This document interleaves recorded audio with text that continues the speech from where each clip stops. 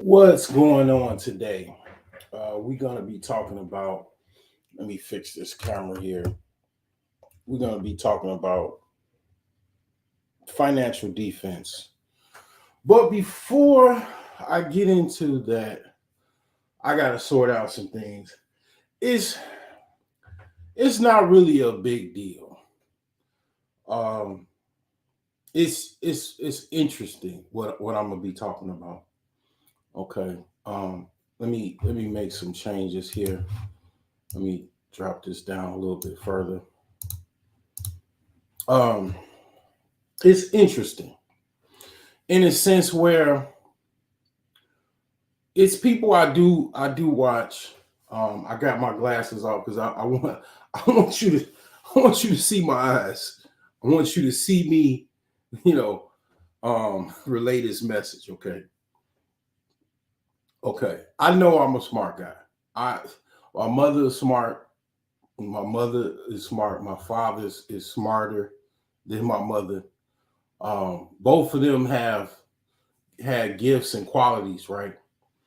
Um, I got parents, my grandparents, all most of my family, man, is pretty smart. Okay, um, it just it's everybody has some type of intelligence. Okay, uh, you know I even it's another '80s movie, kind of tail end '80s, early '90s movie called The Lawnmower Man, and it's two types of people. I would even say people that watch the Lawnmower Man and people that haven't watched the Lawnmower Man.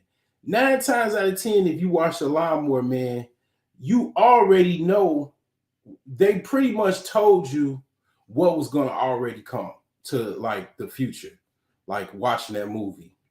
Okay, just a synopsis, not to give all of it away. The Lawnmower Man was basically a retarded dude that cut grass. Okay. Um, he got with a scientist, and he had basically what is now virtual reality, as you know now. Back then, they didn't call it that. It was just some goggles with video in it. So they gave this dude um, these glasses. The scientist gave this dude these glasses, and he uploaded all kinds of information onto these glasses, these goggles, right? These virtual reality goggles to this guy that was basically intellectually a retarded person.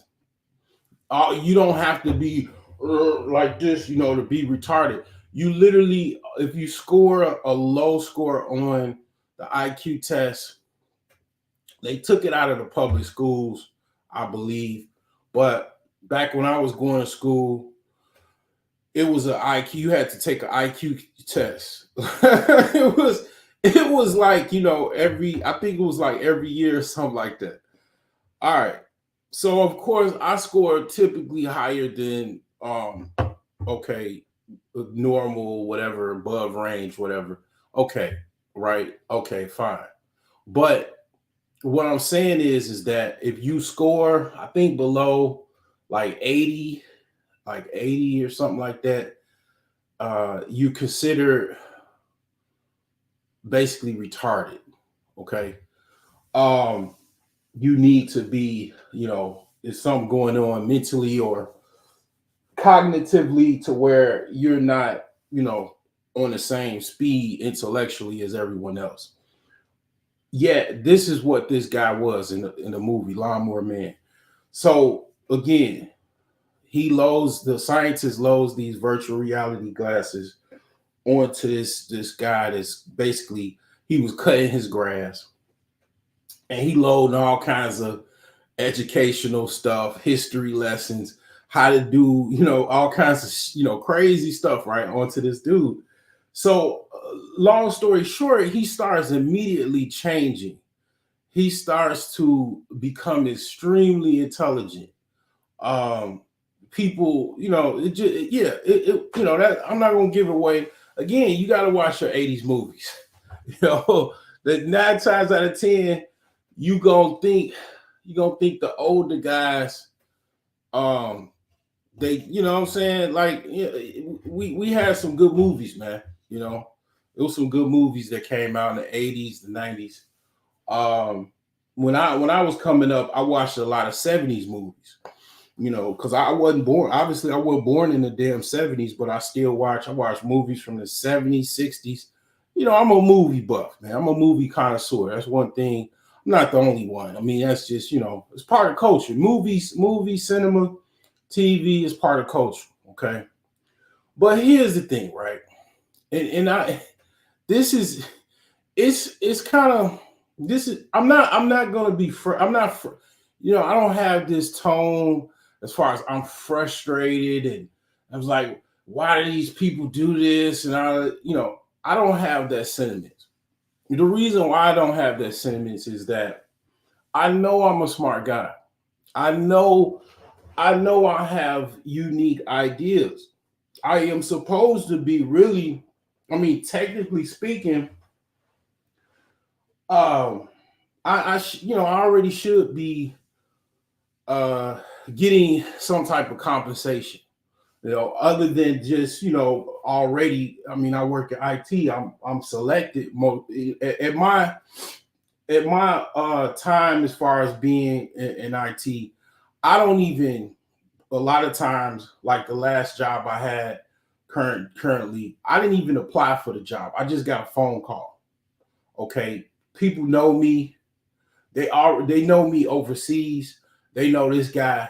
He's legitimate. He's matter of fact, not only is he legitimate, he's like one of the best. You know what I'm saying, in the field.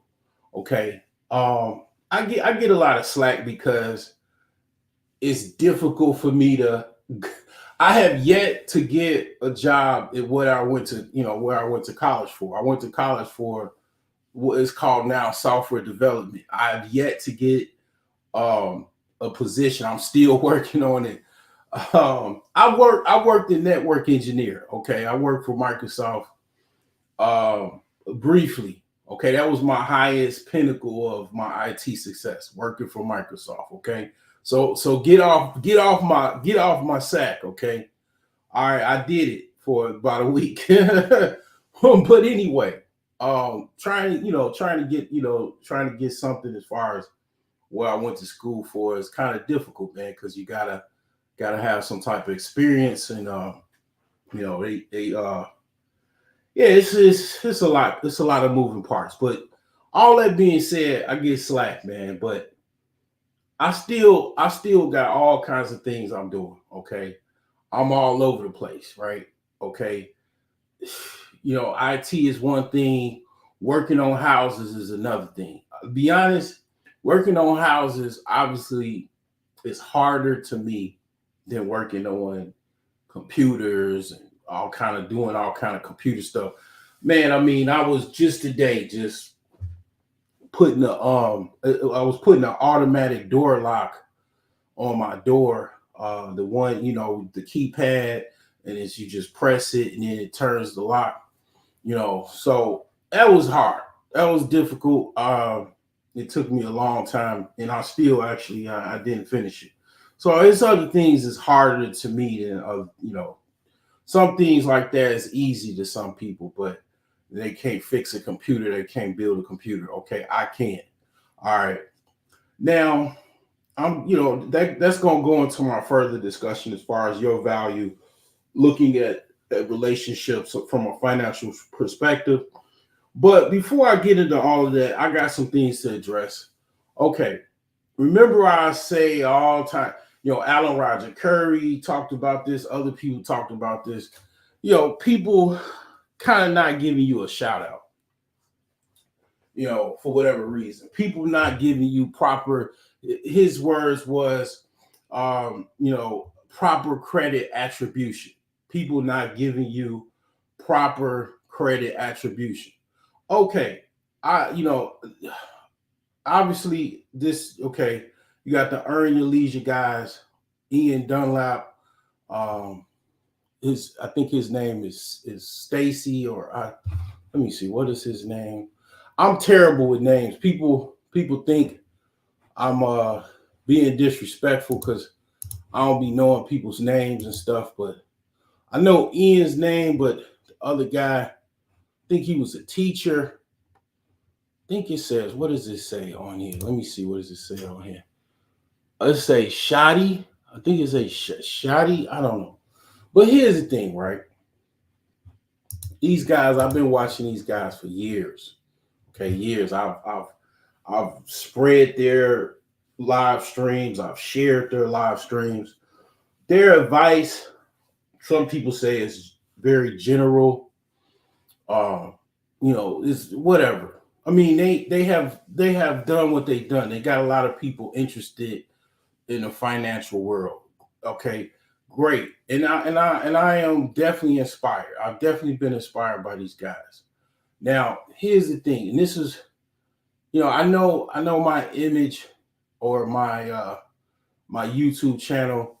Um, I have a lot of, it's not PC. Okay, I'm extreme. I'm not on the level of Charleston White, but I'm somewhere in the middle as far as my content. It's pretty uncensored. Okay, I'm not for Disney audiences. Definitely not.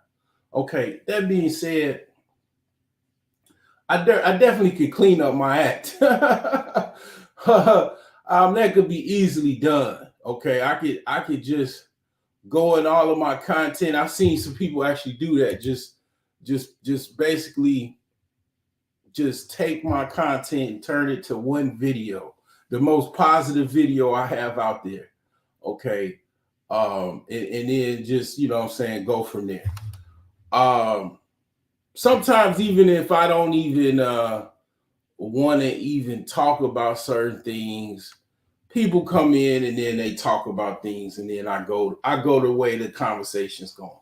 Okay. Sometimes even if I want to be PC, the conversation goes left, when I invite somebody on the panel. Now, the thing is I got other channels I'm definitely going to be transitioning to, as far as those channels will probably most likely be more PC.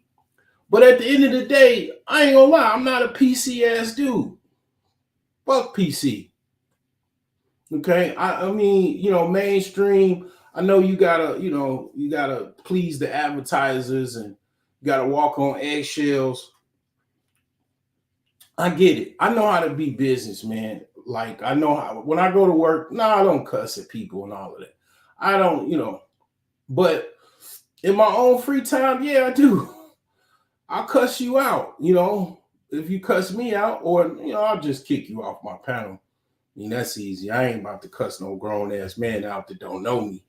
I mean, shit. Why would that's retarded? That's crazy shit. You cussing out a stranger. I was listening to some dude from New York that comes on different panels. He said he was gonna kill somebody. He was gonna murk a dude, and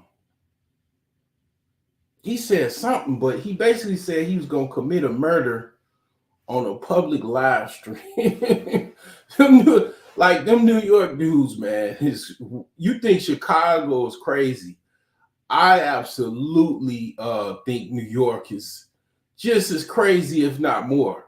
Okay. Um, it's really kind of reason why I haven't really went to New York before, because it's like, okay, I could just go to Chicago and ride the red line. And if you're from Chicago, you know about the red line. I could ride the red line and see some crazy shit all day long. What the hell? I'm gonna go all the way, damn near 1,000 miles away to see some crazy shit. Be surrounded by all of these people. You know what I'm saying? It's like 10 million people in New York. In Chicago, it's about 2 million people. So the thing is this, right? Okay. Um, you said, what do you say? The reason you might not be getting recognition is a branding issue. Yeah, I don't know what you mean. Maybe I've already said what you're talking about, but the thing is this: even if that's not true, and it is true, right? Possibly, right? I'll give you that. People still watch your content, and they don't give you the same respect as a general sense. It's not the same respect as far as you're not sharing content, and you also not giving a shout out. And third, this the BD sign. In Chicago, you know, you're not giving you're taking someone's idea and content or talk or words and repeating it on your platform. Okay, those are the three things people do that basically just, that's just what people do, man. That's what a lot of what I see people do. And I know why they do it. I understand why people do that. Okay, I understand. They don't want to give the person any light. Like this is look at it as like light. Okay. Uh, if I shout out your name, I'm not. I'm giving you some type of spotlight. If I share your channel, I'm giving you some type of spotlight. People don't want to do that because they don't want to give you spotlight. But see, here's the thing. I'm a technologist. I've been a technologist for almost 2 decades now. It's very simple for me to do a side by side and tell you show the original and then also the copy very easily for me to do that. It's very light work for me to do that. And I'll just and that's that. And it's like, okay, um, it's just it's really tripped out. Very, very much tripped out. I don't really care too much, but I just, you know what? I was like, okay, I gotta show what, what's going on here. Just, what I'm saying, get it out. But here's the thing, right? Earn your leisure, guys. 150 grand. I could do a tech show if you want. If you don't respect my hustle on the stocks, I could do a tech show for you. 150 grand. That's my offer. Okay. I could even be behind the scenes. Okay. You in New York, I could fly in New York. Uh O'Hare Midways flies to New York every day, all day. Okay. And then also, Grant Cardone, you got a little bit more money. $1 million, Grant Cardone, and all your homies or crew, whatever. $1 million, Grant Cardone. And I'll wherever you hell you at, I can fly in and out. Okay, $1 million. That's my final offer. All right. That being said, I know this ain't gonna stop. I know this ain't gonna stop, but I'm not about to stop either. That's the thing, and I ain't gonna do the my. I I ain't gonna do. I'm not about to stop, bro. I'm not about to stop at all. I promise you, I'm not. Okay. Um, real like real recognize real. Okay, and I you know what I'm saying? I understand what's going on. Don't get it twisted. I understand what's going on. Uh Money is a people's problem. Okay. You know what I'm saying? That's what I say. That's what I say. You know, you got to deal with you got to overcome all obstacles. You know, you got to overcome all obstacles. Now, here's the thing, right? Um, I know I don't. These guys are probably most likely millionaires. These are millionaires. So I mean, little old not a millionaire me. They don't need to, what I'm saying, get no content from me, right? But they do. People do because even if you're rich, okay, it doesn't mean that you got all of the information, you got all of the content you need. You still need People need to have content, 24/7. The 4 types of men. Okay, I'm moving on up. You know what I'm saying? I'm almost there, baby. Okay, these guys, they got the money. I give it to them. Hats off to you, bro. But the thing is, man, at least you could do as a shout out. You know what I'm saying? A shout out don't cost nothing.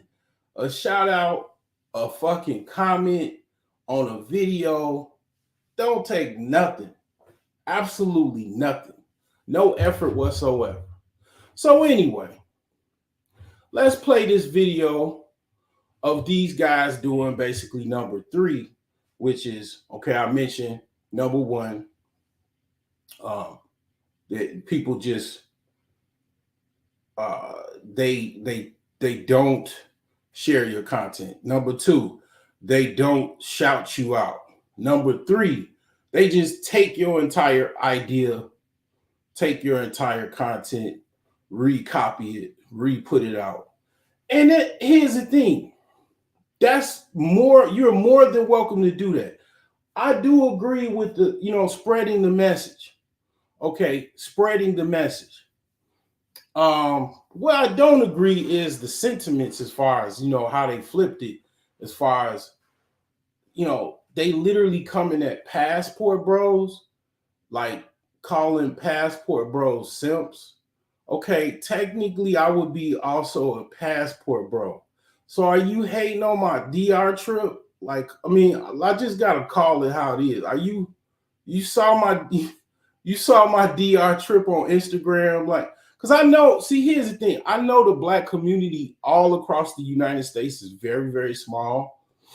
I'm pretty much kind of somewhat known in the Black community. I mean, the fact that I do have a YouTube channel, I got other channels. I know I'm not retarded to understand that I know that I'm one of the guys. I'm kind of known a little bit.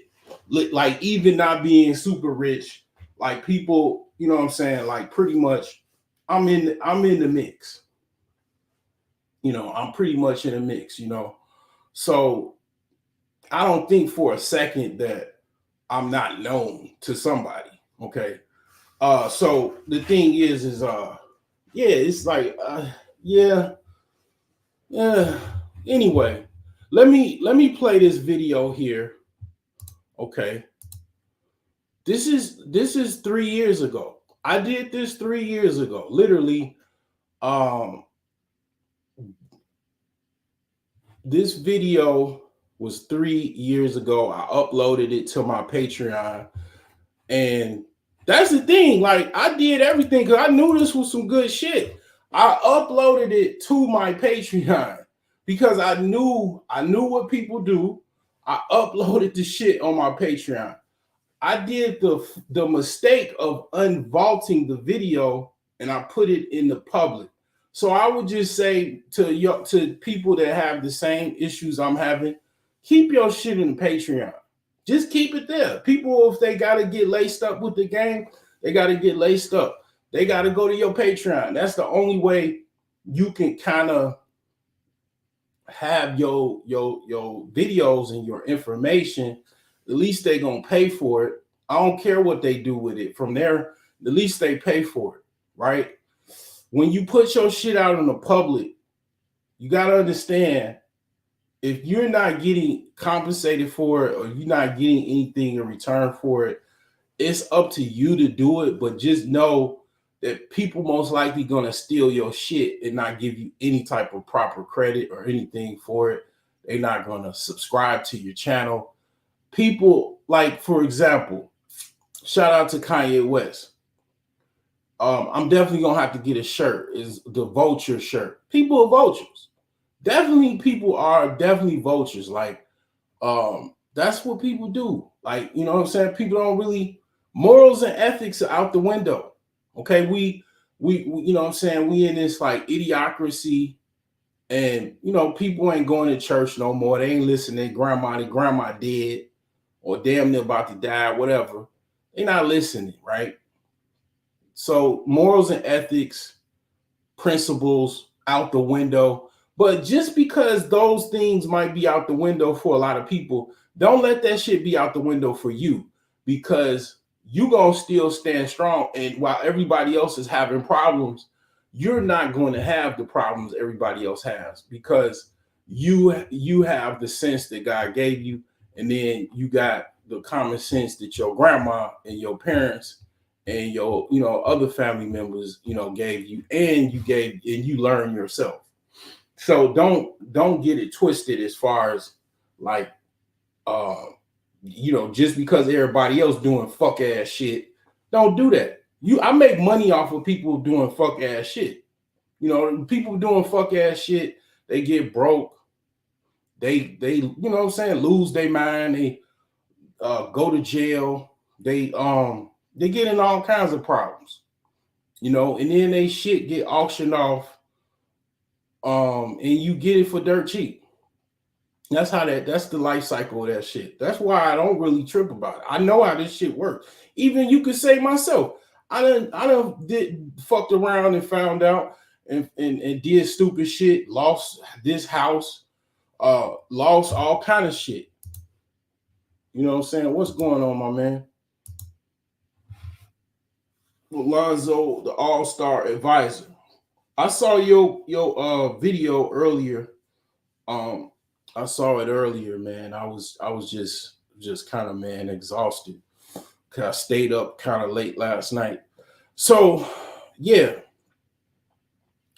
just because everybody else doing stupid shit, don't mean you got to do it. You don't have to do it. You could, if everybody else morals and integrity is out the fucking window, that don't mean it. You know what I'm saying? Like, just what I'm saying. You don't have to do that shit. You know what I'm saying? You don't have to do that shit. You don't have to worry about it. Don't even. I don't. I'm not worried about nothing, man. I'm cool. I'm just, what I'm saying, going through the motions, man. I'm fixing my house up, man. I'm trying to get another house, you know what I'm saying? Fixed, what I'm saying, that's most likely gonna have to get fixed up. I'm doing things the hard way. I want it, you know what I'm saying? I want everything, you know what I'm saying, the way I want things to be easier, but unfortunately sometimes things are hard. That's why I do the videos. That's why, I'm doing these segments. And again, the thumbnail of these videos on financial defense. Let me share that book, because I don't want to, what I'm saying, just be like, I want to share where I got this thumbnail book from. So you could try to buy this book. So let me see if I can find this here.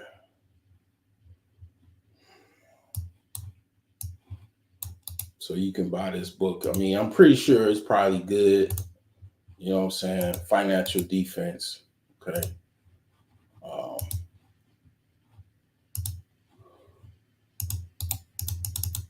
I get it. I used to listen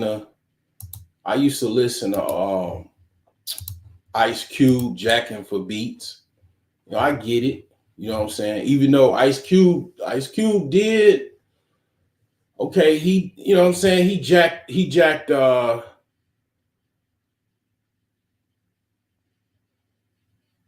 what's that group, the Mexican group. He did that with the they said they had that song Insane in the Membrane, Insane in the Brain. Let me see, what the hell was that group called? It was in the 90s. Cypress Hill. Yeah, they did that. The Cypress Hill dudes caught him. They beat him up. Yeah, they beat up Ice Cube. He took their beats. Yeah, they jacked him for their beats, but They beat his ass. Yeah, they beat his ass for it. You know. Yep. Street justice. So yeah, I mean, yeah, that's what he was on. That's what he did. But you know, I mean, they was like, okay, you know what I'm saying? He was like, okay, we got you. Gave him a beat down for jacking beats. So anyway, again, I did this video, the simple economy, 3 years ago. Okay, three years ago. Okay, I'm gonna play a little bit of it. It was absolutely genius because it is a simple economy. The United States is a very much it's one of the biggest simp economies, I would have to say. Okay, is it more simp economies? It's all kinds of simp economies, all kinds of simp economies. But the United States definitely is a big simp economy. Okay, very much big simp.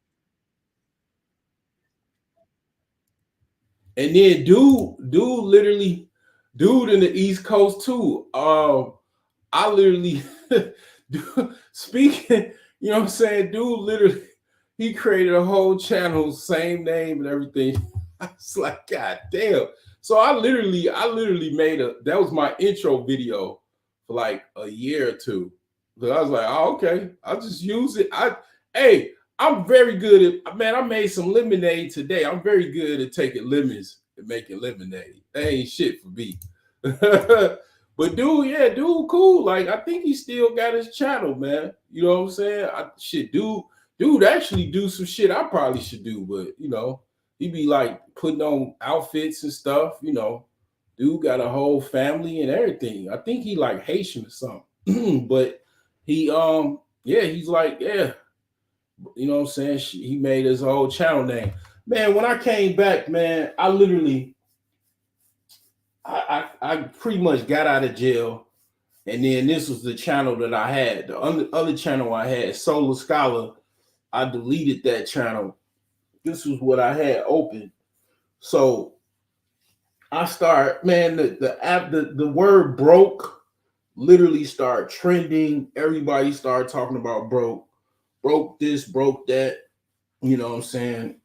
Actually, I'm moving away from that. I'm kind of taking the advice um, of like kind of on the spot.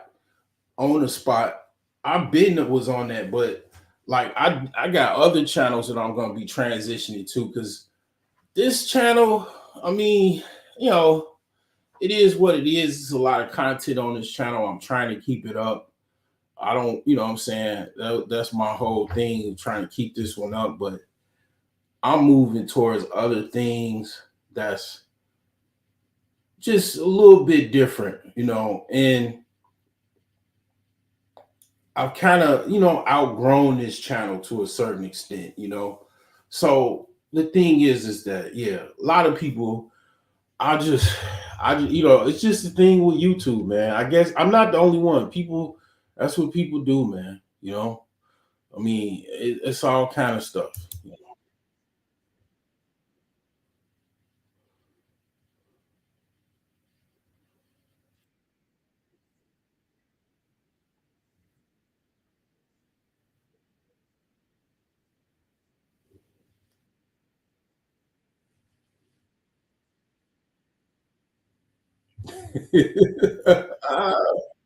That was cold, boy. That that clip, man. I might have to get that one again, man. I might have to clip that one again, man. That was some good shit, you know. Um, but yeah, this is where this was January 20th, 2021. The simple economy.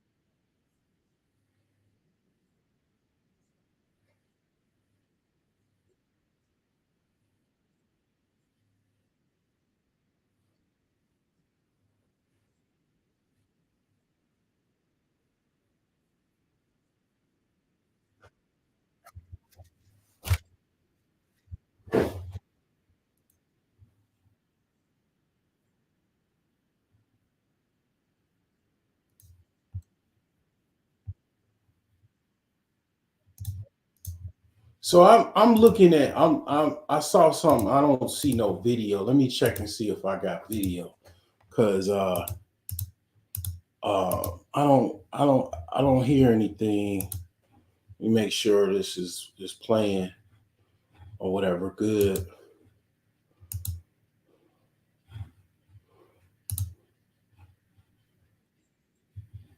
So let's see.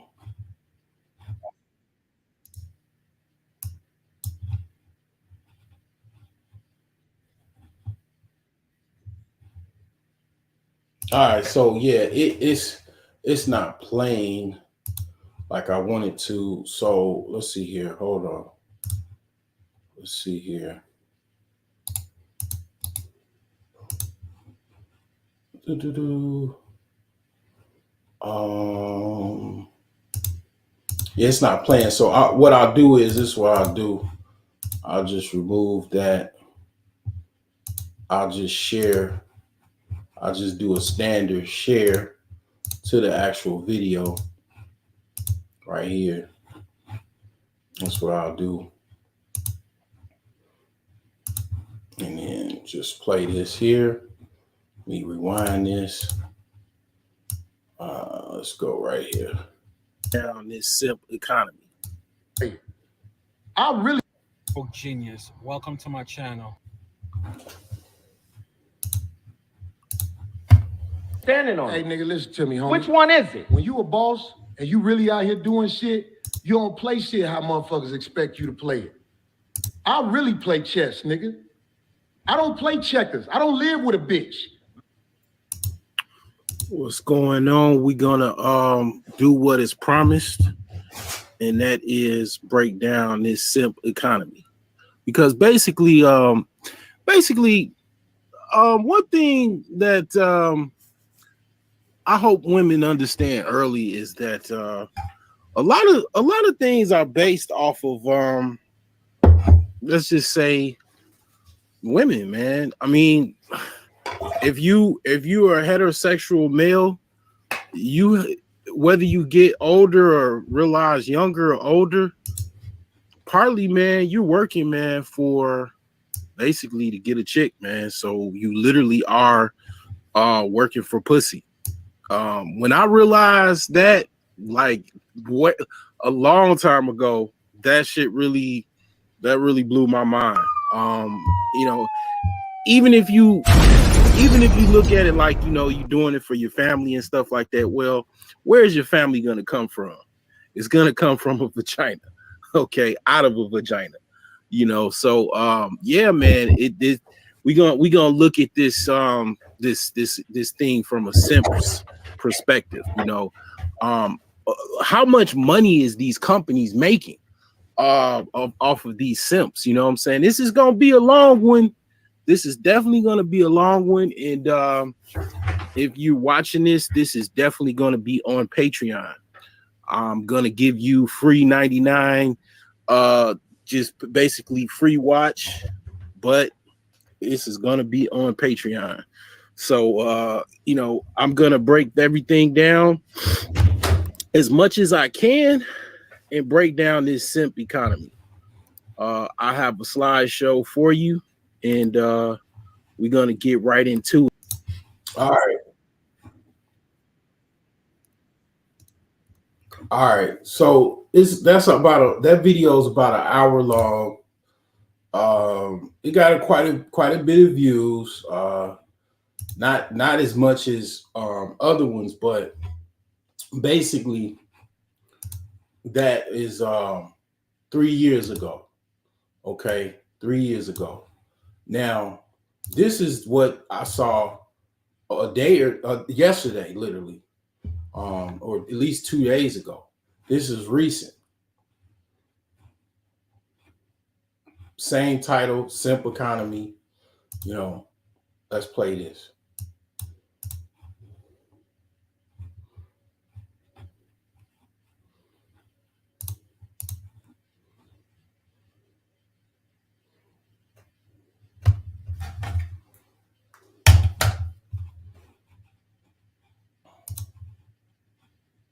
We make sure this is actually playing because when you're dealing with OBS, basically, you don't know what the hell's going on.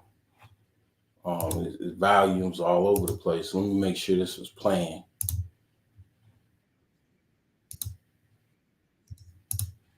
Let's see here.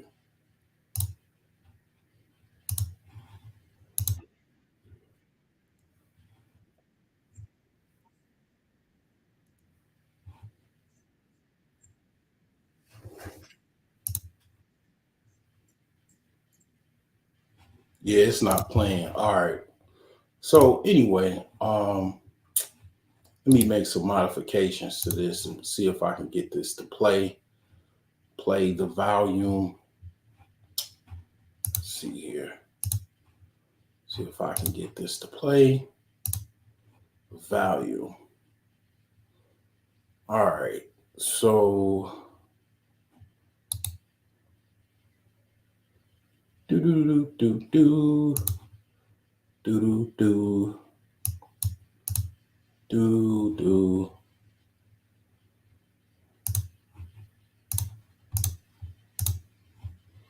Do do do do do.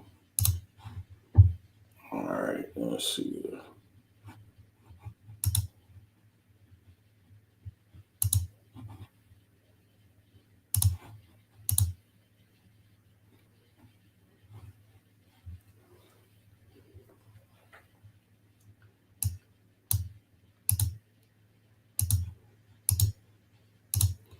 Let's see here.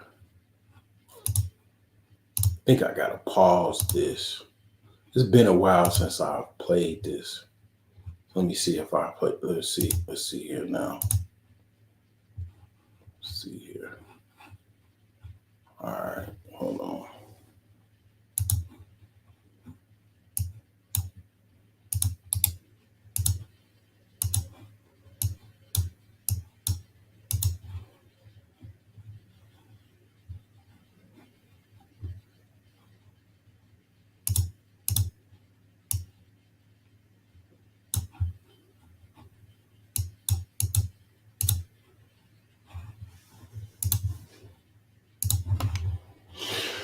Now it's freezing up. Let me just share this video then. Just get this off. I don't want to take up too much of my time playing this. I'll just play it from the start. Guys, hit them up in the DM. And the first thing is like, what's your Cash App? Before you say your name, before I introduce myself, before you say hello, before you say anything, hey, what's your Cash App? Send them Cash App. I just sent you $1,000. Have a good night. Let's talk later on. That's because a lot of them publicly traded too on the black market. But what it says a lot about the time. It says a lot about that's the other IPO. Now, if we're gonna talk, we're gonna talk. It's a lot of them that's day trading that night. Day trading that night. You know what I mean? Day trading that night. Yeah. So I mean, yeah, it's a lot of guys that, you know, that's what their go-to is to trick on women, to pay women. You know, it is a thing. You know, that's why I did the video. That's why I did it 3 years ago. When I saw YouTube, and I saw even just on YouTube, guys have a male hatred complex. Even these guys, here's the funny thing. Let's go in. We're gonna go in tonight. We gonna talk. We ain't gonna leave no meat on the bone. We ain't leaving no gristle. We ain't leaving no fat. We going in. Okay. And I've said, and these other people have said this before. We going in. All right.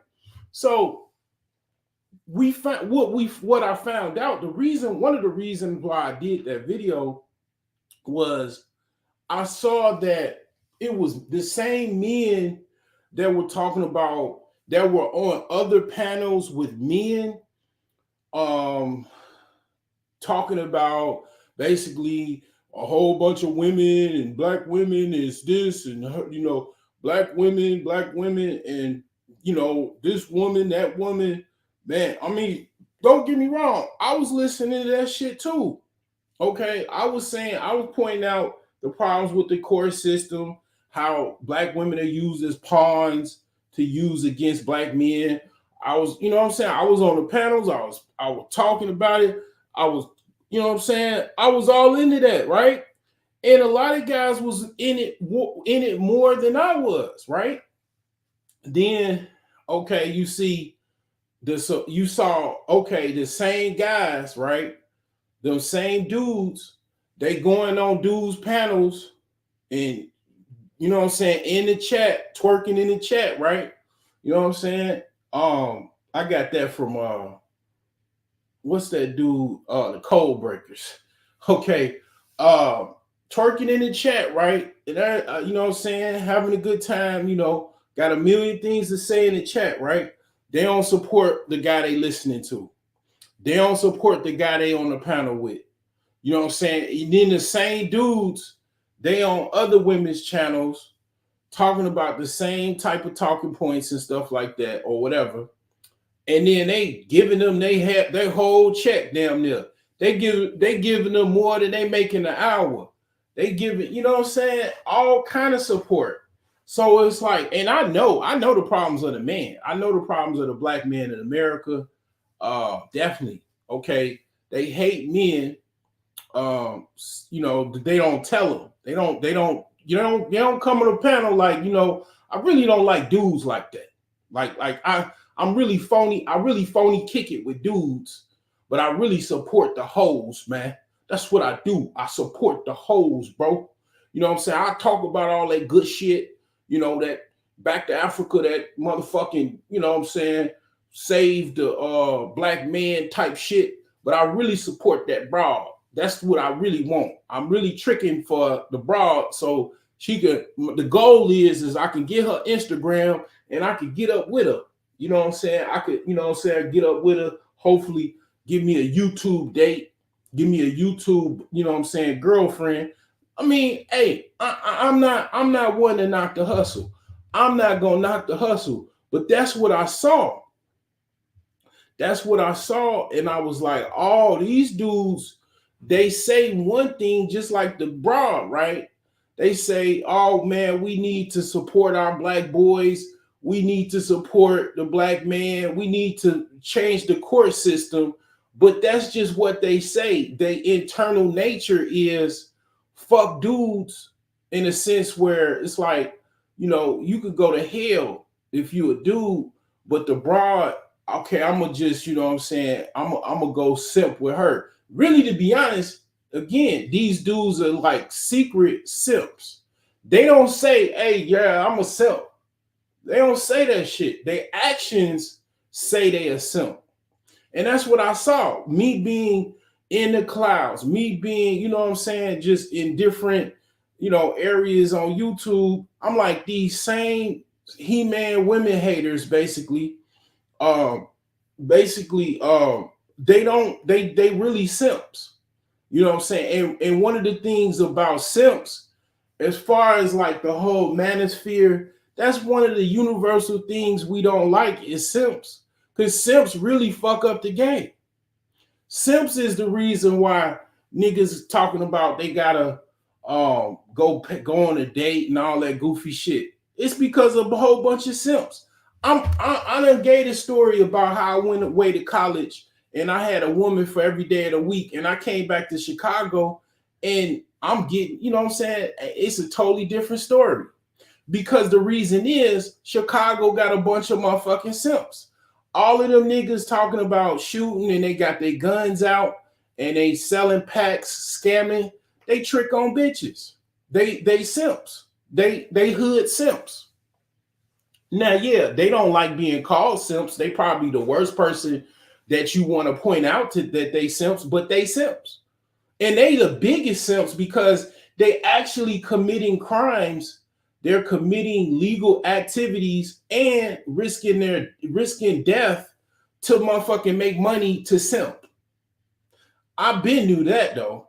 I knew that years ago. That's why I never hanged out with dudes like that. I never rocked with niggas on some ghetto. I'm gonna serve with my guys on some gang shit. I never did. I saw that shit a million miles away. But I mean, fortunately, I did. You know what I'm saying? But the thing is this. when I come on YouTube and I'm looking at this shit and I'm like, these same niggas that's talking about they need to change the court system, they need to help the boys, and they need to motherfucking re-educate, you know, the boys and all that. They the biggest simps. These niggas simps. That's what I found out. They really simps. The simp chip is still, it hasn't malfunctioned. It hasn't, the firmware hasn't been upgraded. Matter of fact, the firmware is still active. They still simps. And that's what I found out. And I was like, oh, okay. All right. That's why I made the video. And then I put it on Patreon because I knew it was some hot shit. I don't, man. I mean, like when I fucking put that video out, the simp economy, that was like my motherfucking, like that was literally this here.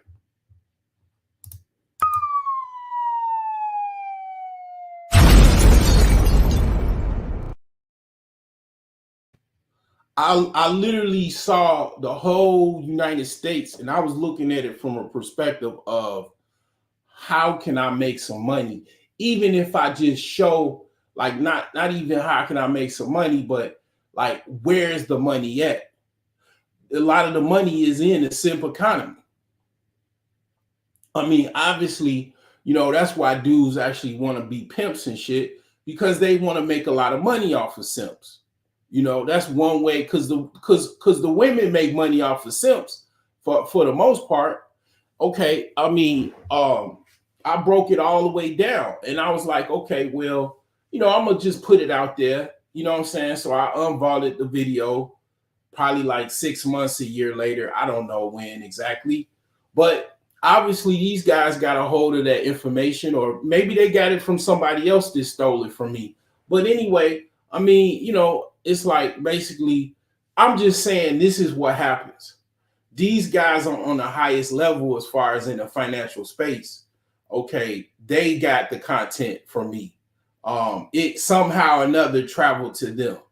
That's all I'm trying to say. So when guys be like, people talking about, oh, he got this and all that, like, I'm better than that. I'm not no whiny ass dude that's gonna be like, man, he got this. And I did that before. I ain't gonna lie, I did that. But it's like, I'm not whining about it. I'm saying, I'm showing the actual evidence, and I'm just putting it out there, and then that's it. I'm not, you know what I'm saying? These dudes still cool.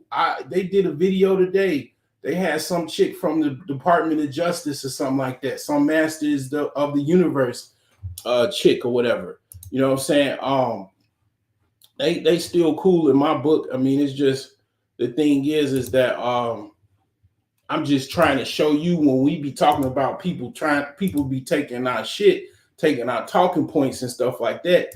We not lying. I'm not lying to you. You see the fucking, I'm showing you, you know what I'm saying, Exhibit A and Exhibit B. So it's like, okay, you know, it's cool. I ain't worried about it. You know what I'm saying? Again, about 150,000. I know y'all got it. You know what I'm saying? I'll be right in the studio.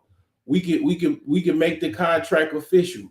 My phone number, my email is in my channel name. You can reach me. You know what I'm saying? So I'm available. You know what I'm saying? I'm around the internet, all over the place. So the thing is that that's why I did the video. And they got it, they spent it from a narrative of what they wanted to spend the narrative at. And they welcome to do that, but I'm just showing where they got the idea of the simple economy from. That's all I'm saying. Nice. Zero expiration daily options on the gato. You know what I'm saying? That's why they doing that. Well, this is led to simp culture. All that passport bro ish. Like y'all going over Colombia and getting killed now. Yo, be careful. But a lot of them selling. Wallow even said it. What, last year? Now the thing is this, right? That's kind of like low, like, you know what I'm saying? And I know you know what I'm saying? Like, I'm not defending these guys, man. You could take it and run with it and do whatever you want to. But the thing is that I don't get no fuck. Like, I'm I'm a smart dude. Like I just came back from the Dominican Republic myself. There the where I was from was literally surrounded by people that didn't have that much. And I was in like a compound with a gated community with armed guards, and it was very nice. It was very, very nice. It was better than where the fuck I live right now. Like, I mean, I I literally, like, I swear to God, it was crazy how the difference with my, like, living where I was over there for a weekend versus how I live now. It's like, God damn it. I'm like, damn, I'm a rich motherfucker over there. But over here, I'm rich in the hood, but I still like I got a lot of work to do, man. I ain't gonna lie. That shit inspired the fuck out of me to get to work. That's why every day that I have, some more time, I've been working on my house, getting stuff done. What I'm saying, I got this room damn near halfway together. But it's like, yeah, man, a lot of times if you go somewhere and you don't got street smarts and you don't hook up with the right people, yeah, you're gonna have some problems. That's anywhere. You come to Chicago, man, and you're gonna get fucking fleeced. If you don't know what the fuck you doing, you just walking around. It's different videos of people on YouTube talking about their experience when they moved to Chicago. Get robbed on the train station or getting harassed or whatever. And then they move back to wherever they came from. They couldn't wait to move because they don't know. I'm from Chicago. I know where to go, where not to go. I know where it's rough. To be honest, I be all over Chicago. I've been all over the west side, all over the south side. It's a difference between how you move. And I'm not from the west side. The west side is different than the south side. The west side got the best women though. You know what I'm saying?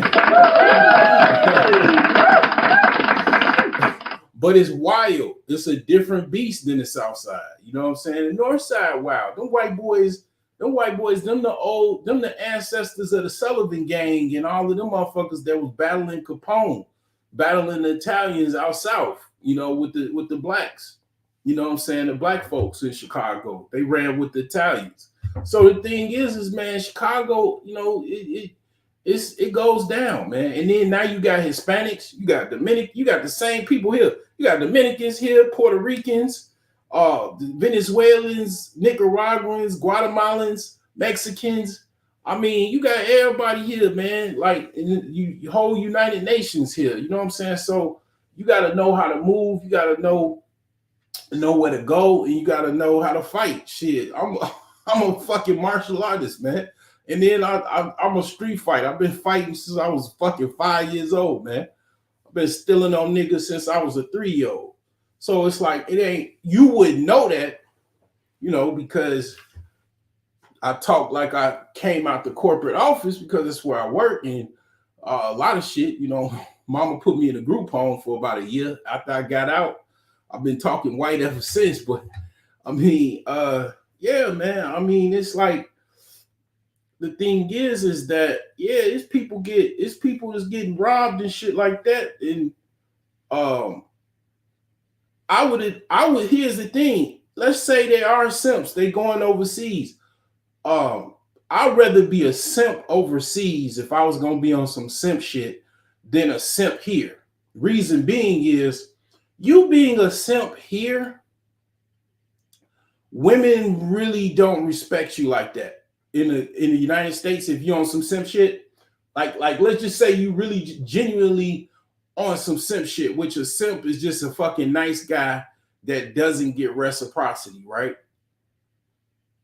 Overseas, you're going to get more reciprocity. I'll just say that. I ain't gonna go into all of the things that could happen and all of that, but you could probably, safe to say, if you on some general simp shit, like, you gonna probably get more reciprocity than the average motherfucking chick in America gonna give you. And it's gonna cost you more if you are on that. But again, they spent this narrative the way they did it, I wasn't even on no passport. I didn't even talk about no passports and stuff like that. Because the thing is this, right? Even if you just a nice guy, which I'm still a nice guy, I still say please and thank you and you're welcome. That technically makes me a nice guy. The thing is that you going over to another country, guess what they do? Guess what they're trained to do? Say please, thank you, and you welcome.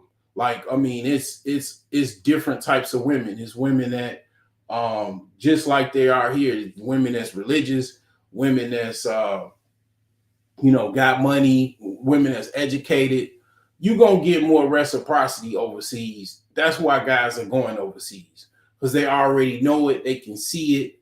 And I don't know what it is about niggas that be hating on dudes going overseas. I don't fucking know. I really don't know what it is. Like, guys talk about it, but I mean, what is the agenda? Like, what does it matter what another motherfucker is doing? Now, yeah, it's simps, right? Okay, if they going out of the country, then how does that relate to you in America? Because it's a bunch of simps in America. It's way more like, I mean, it's simps that never want to leave America.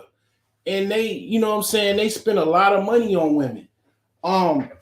Shout out to Alan Roger Curry. You a simp even if you married. If your wife do boss you around and you got no say so in a relationship, you're a simp. You're a married simp. I was a married simp at one time. The fucking relate. That's why I'm talking about this. This is why I'm leading off this segment, and I'm going into financial defense, and I'm going to talk about spouses, because how you start, just like in an investment strategy, how you start is how you end. If you buy into a bad investment from the start, most likely it's going to be a bad investment overall, as far as like, you having a healthy long-term situation. It's like, I didn't really have nobody to tell me anything. I had to learn on my own. I knew how to fuck women. I knew how to find women and fuck them, but I didn't really know, like, okay, I didn't really have no game as far as how to vet women, how to really, really pick the best women, who's the best women. I just, I knew, but it was like I was just kind of clueless on a lot of stuff. And I guess I ain't really take things serious, and I had control over my loins. I'll say that I was a little young and whatnot. But the thing is that I learned a lot from that experience. And I learned so much that I took it to YouTube, and people take my content and definitely spin their own narrative to it. But let's continue on. This is like a short 30-second clip. Like, they just, I guess, I don't know what it is, man, with why motherfuckers hate on the passport, bro. I have no fucking clue. I don't even know where to begin. A lot of women who be acting like the entrepreneurs, and it's like, Yeah. your candle lines making you that, like, you got the bow. Yeah. But I will say that. I mean, they spreading it out. They spitting clips. Now the thing is this, yeah, it is true. I remember one chick, right? I did a video. I shared her video. She was talking about how she focused on her business. And then when I clicked on her link tree, her business was OnlyFans. I was like, of course, if you just focus on your business, you're gonna make a whole bunch of money. I mean, what the fuck? Like, I mean, obviously.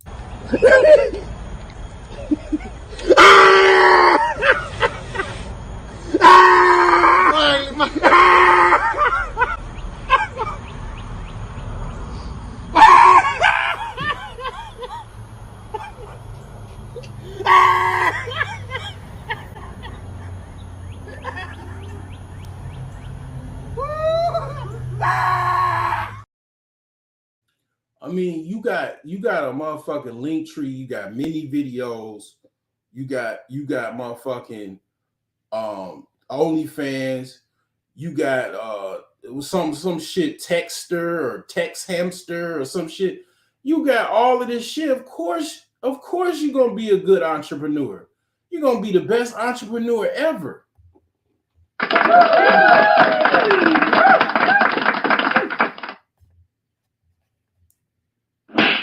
I mean, you got what men fucking goddamn it died for between your legs and in your bosoms. Like, I mean, you know what I'm saying? Like, and it's not no female envy or nothing like that. It's just, I mean, obviously you're a good entrepreneur if you have an OnlyFans. Like, it's almost effortlessly. You know, one of the things I will say about selling dope, I've never sold dope, right?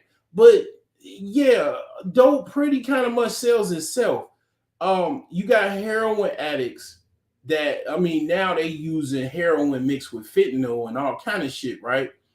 It sells itself. Like, literally, people come to the spot, they high already, they need a fix. And one of the things, if you don't know about heroin is like medicine. The fucking heroin addicts absolutely need it. If they don't take it, they start having a withdrawal effect where they start to they have like a side effect if they don't get their medicine, which is heroin. It's like literally like an old drug. It's been around for a long time, and if you don't keep taking it, it'll have like a bad side effect. If you go without it, you'll literally have withdrawals, and that's part of the process of getting off the heroin.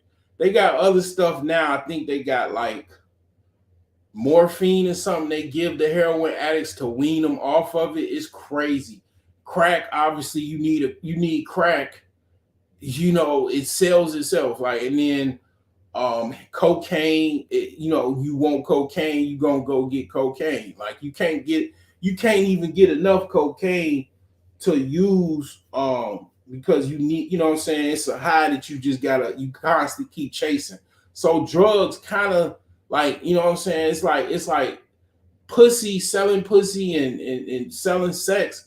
Obviously you don't really got to work that hard. Like, that's why women have like, they kind of, if you notice, they kind of look like they walking on water, because basically they got water between their legs. Like, they literally have what every man, even women, wanted, you know, now between their fucking legs. Like, they pretty much have,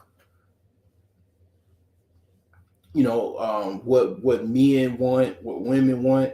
And a lot of times, to be honest, women have to watch out for themselves, because they'll literally kidnap women. They're still kidnapping women and making them, basically kidnapping them and selling them for sex, selling them as sex slaves. Like, that is a thing in this country. You don't have to go overseas for that to be going on. Like, that's going on now. Like, because men, they trying to make money off of women.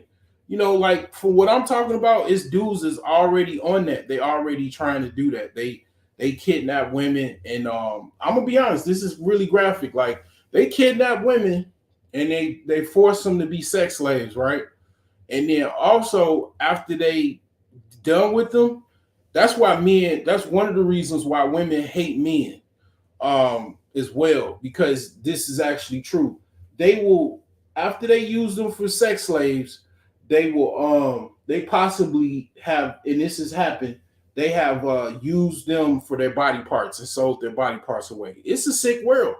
It's some people that don't give no hell. They don't care. It's some evil, sick people in this world, man. I'm just telling you. That's why women always gotta watch their back and stuff like that. So it's a gift and a curse at the same time. So yeah, but Bahrain and Abu Dhabi and 2 G-Wagons off of $9 candles. Come on, yo. Yeah.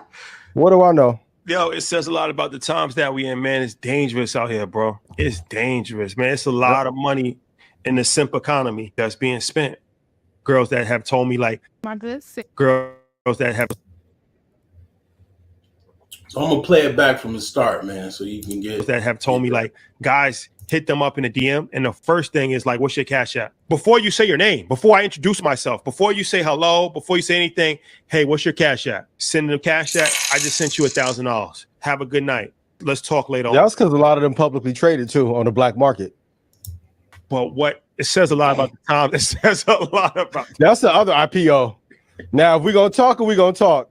It's a lot of them that's day trading at night. Day trading at night. You know what I mean? Day trading at night. Zero expiration daily options on the gato. You know what I'm saying? That's why they doing that. Well, this is led to simp culture. All that passport bro ish. Like y'all going over Colombia and getting killed now. Yo, be careful. But a lot of them selling. Wallow even said it. What last year? It's a lot of women who be acting like the entrepreneurs, and it's like, yeah, your candle lines making you that like you got the Bahrain and Abu Dhabi and 2 G wagons off of $9 candles. Come on, yo. Yeah. What do I know? Yo, it says a lot about the times that we in, man. It's dangerous out here, bro. It's dangerous, man. It's a lot of money in the simp economy that's being spent. Girls. Yeah. So anyway, man, I mean, like I say, all I charge, like I say, man, I know y'all don't got white man's money, man. So I'll say about 150 grand, man. 150 grand. I'll lace y'all with some original new content, some new production. You know what I'm saying? You don't even have to worry about, you know what I'm saying, trying to get one of my old videos. I give y'all some good production. You know what I'm saying? If you want to talk about tech, I'm the guy. That's what I do for a living. You know what I'm saying? So you can add me to the clique. This is my last, you know what I'm saying, warning, you know, or not so much warning, but just to tell you, hey man, just you already caught, man. You know what I'm saying? They see you. You know what I'm saying? You just go ahead and you know what I'm saying, sign me up, man. I got you, you know what I'm saying? So anyway, now that we got that out the way, we talking about financial defense. Okay, financial defense, okay? Defensive finances. We're talking about spouses. Spouses. Why do we talk about spouses? Okay. This is a financial channel. Okay. I know I'm all over the place. But this is a financial channel. You know, I talk about the simp economy as well as the regular economy. The simp economy, I'd have to say the simp economy is what is the value of the simp economy? I'd have to say it's probably worth about $10 trillion, about a good 10 trillion, maybe more, depending on where you are in the world. About $10 trillion. I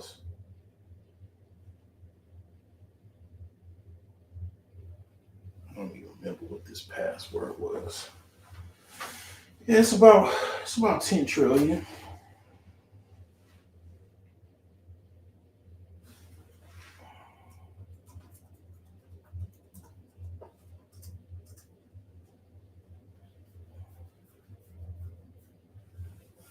Yeah, it's about $10 trillion.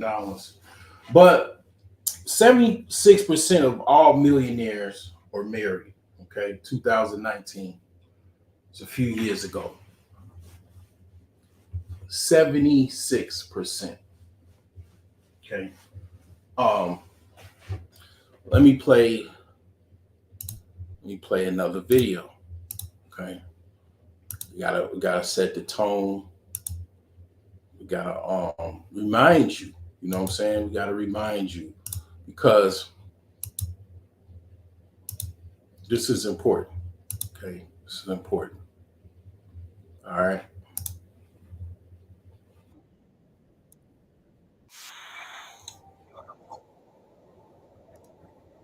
Believe in God is the mate you choose to spend the rest of your life with.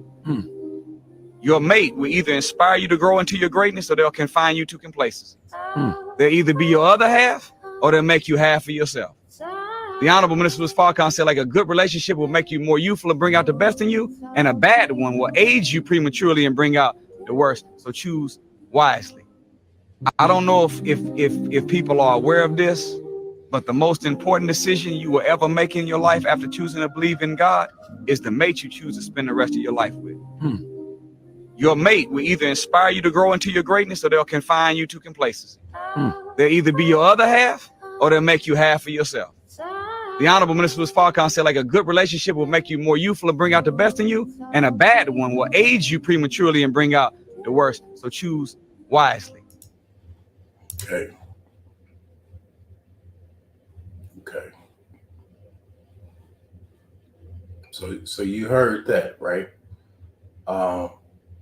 That's more important than who you buy stock from, what stock you pick, what business you choose to get into. Because ultimately, you're gonna be with somebody, right?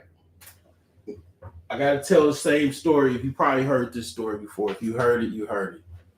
All right. So one of my cousins, right? One of his uncles. Basically, he was a millionaire. He's a multimillionaire. And he basically got into a situation where him and his wife didn't see eye to eye. Things was going on, whatever was happening was happening. His wife filed divorce, took half of his wealth. He hasn't been a millionaire since. Wiped him out. And he's what, 60, almost pushing 70 or something like that. A lot of times people just have one time. They got one time to break. And if they don't, they fuck it up or something like that, that's it. They don't really have anything else. They don't have any more, coals in the iron or, in the fire or any more lemons to make lemonade. They just it. That's just how it is sometimes. And a lot of times people forget your mate is more important than a lot of financial decisions you're gonna make, because even if you just make your millions by yourself, you make it by yourself and you basically become a single millionaire, let's just say, you're gonna eventually pick someone. You're gonna pick someone, and then basically, if you pick someone wrong, it could cost you quite a bit. Cost you quite a bit, because see, here's the thing: if you have children, your children could be used as pawns by the mother. She could be, it could really bother you if you're not, even if you're a person that's cold-hearted and you're not that emotional. It's just hurting feeling to see your children suffering and hurting because their mama is sick in the head and she's trying to use them as pawns against you. It still is a hurting feeling. Even if you can go start another family, even if you can, get some type of other situation, It's still a hurting feeling to basically get in something like that. And a lot of times people so hurt by it, they don't get into another situation.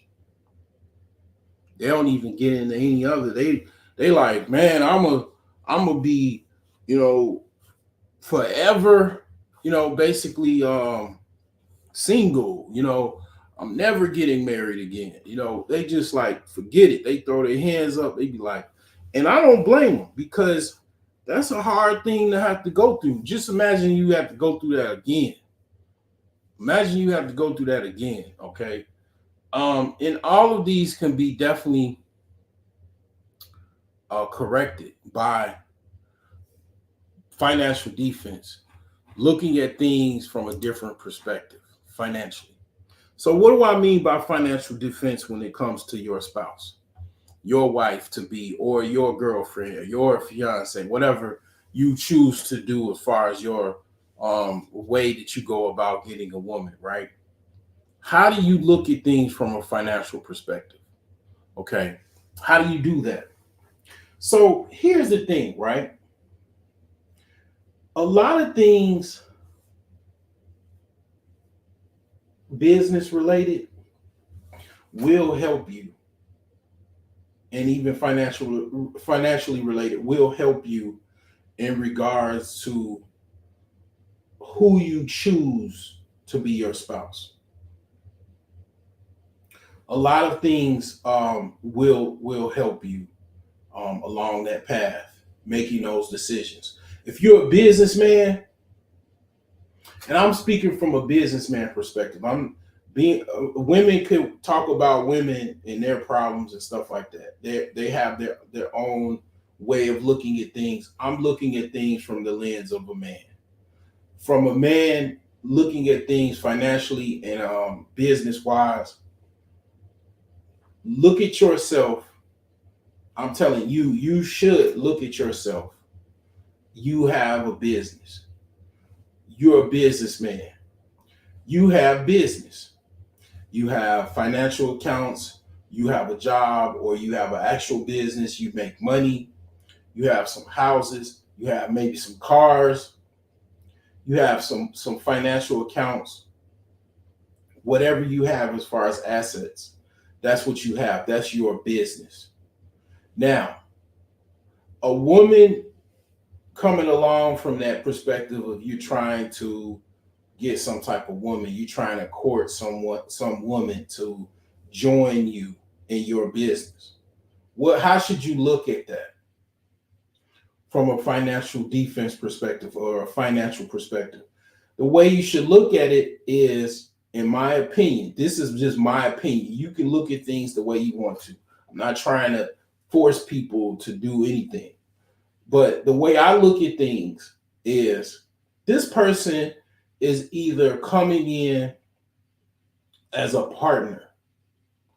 For example, you have a business. She coming in as a partner. How does she come in as a partner? She has equal equity than you have, meaning your business is worth, you have a net worth valuation of $100,000, $150,000. So she's got $200,000 net worth or $150,000 net worth.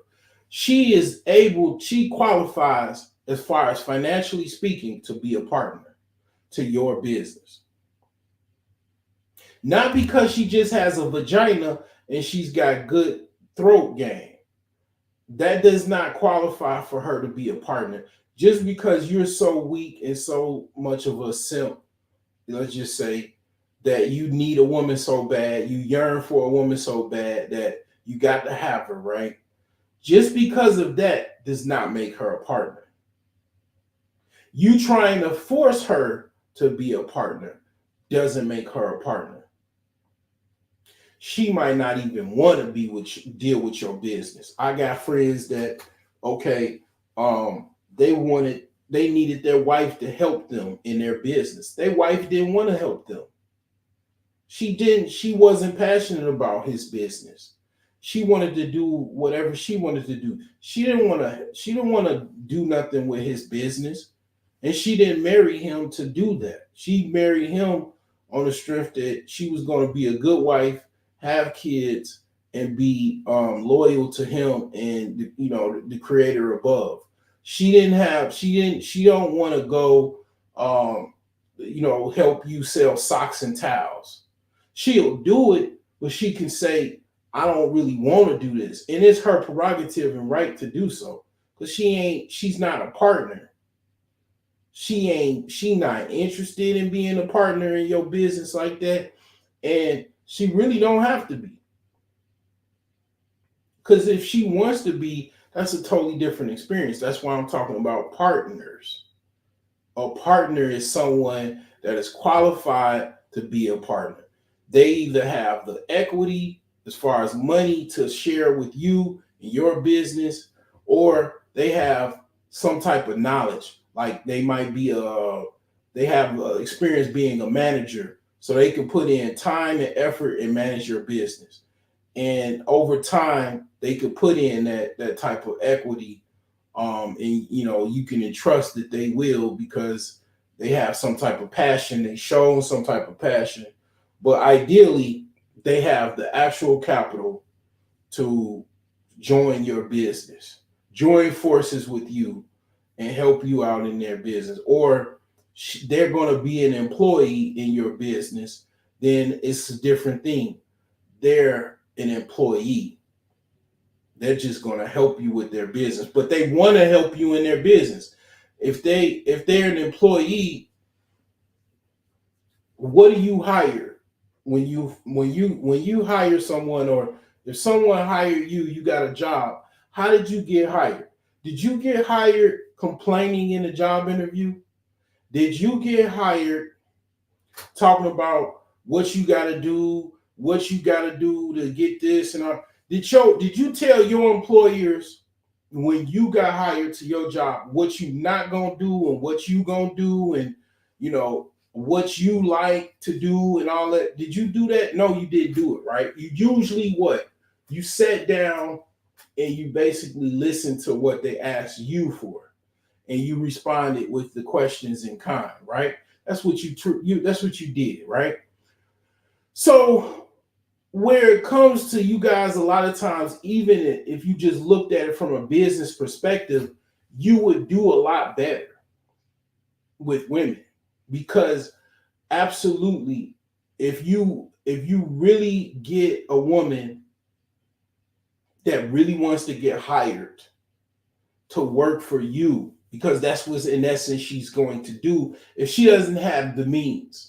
A lot of women don't have the financial means to basically assist you in kind with your business.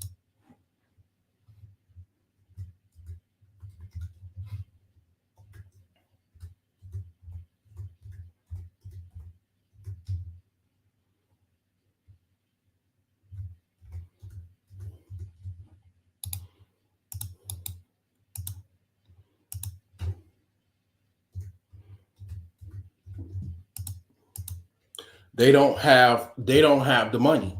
They might work at Starbucks, but they have a good personality. They look pretty good. They might be younger. Um,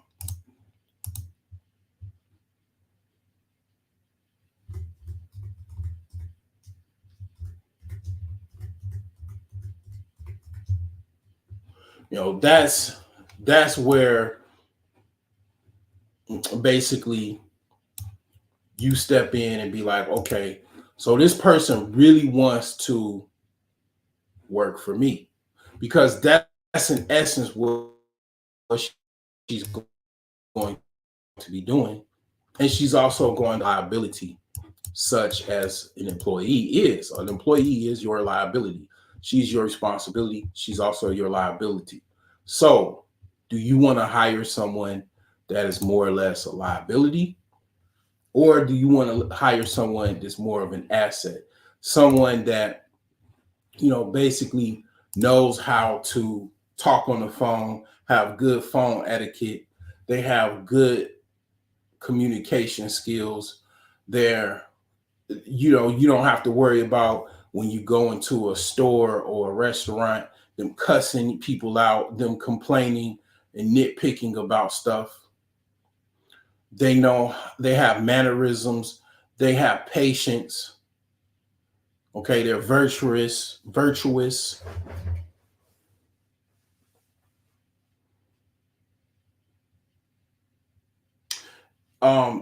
know, that's where a lot of people mess up. And that's why I'm doing this live stream. Okay. I want to give you the information again, as far as I want to put things out there and remind you from a financial perspective. A lot of you, if you just look at things from a business perspective, from a hiring manager perspective, you will weed out a lot of bad women that do you no good, that are not worth hiring, you know, because basically, you know, you basically you know, just if you just look at things from a business perspective, financial perspective, is this person a liability or are they an asset?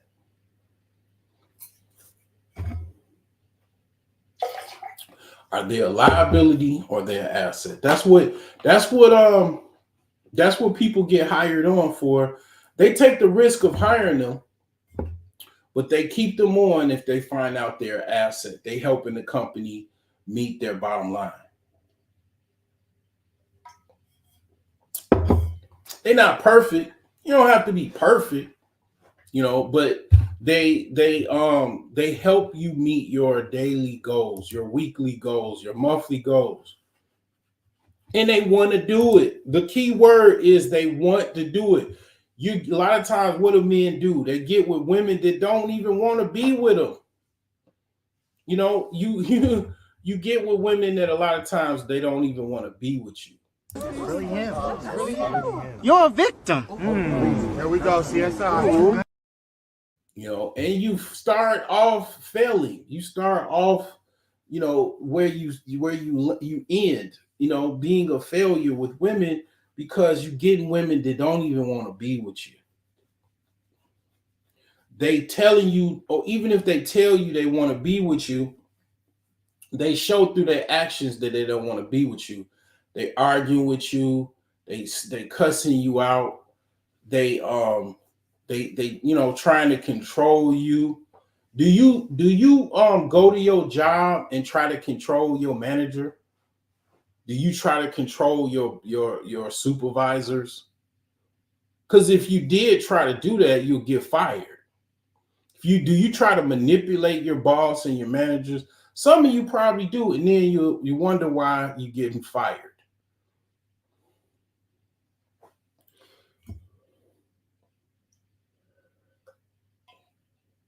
So again, looking at your spouse or your future spouse, that's what you want to do. Get married from a perspective of business, basically financial perspective. You pre-screen your new hire. If she's a partner, she's got the money, she's got the wherewithal to partnership with you. She doesn't have the money, she doesn't have the wherewithal to partnership with you. She can be, only thing left is an employee. How can she be an employee? She is qualified to be such. She has good customer service skills. She's got good communication skills, good phone etiquette. She's got good ethics, morals, principles.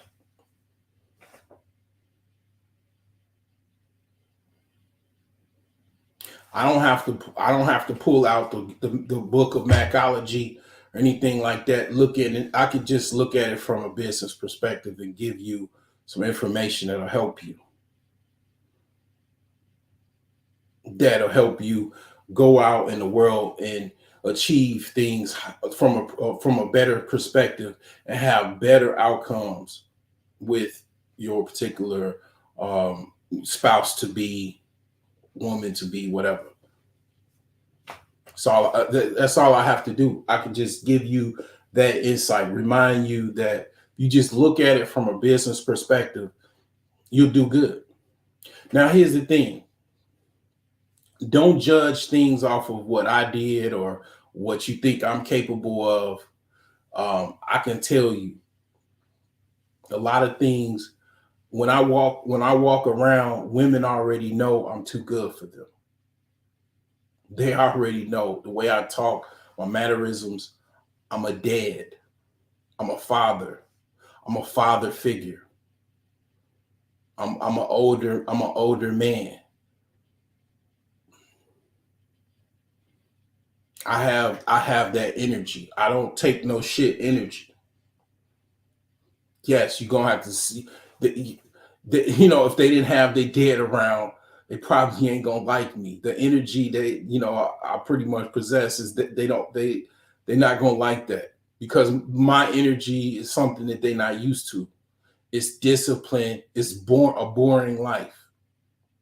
It's quietness, attentiveness, focus.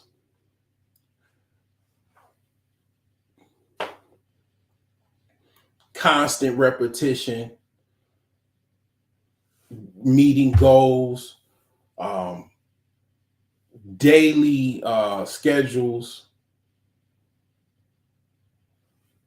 scopes of work that has to be done on a daily basis, certain things that are,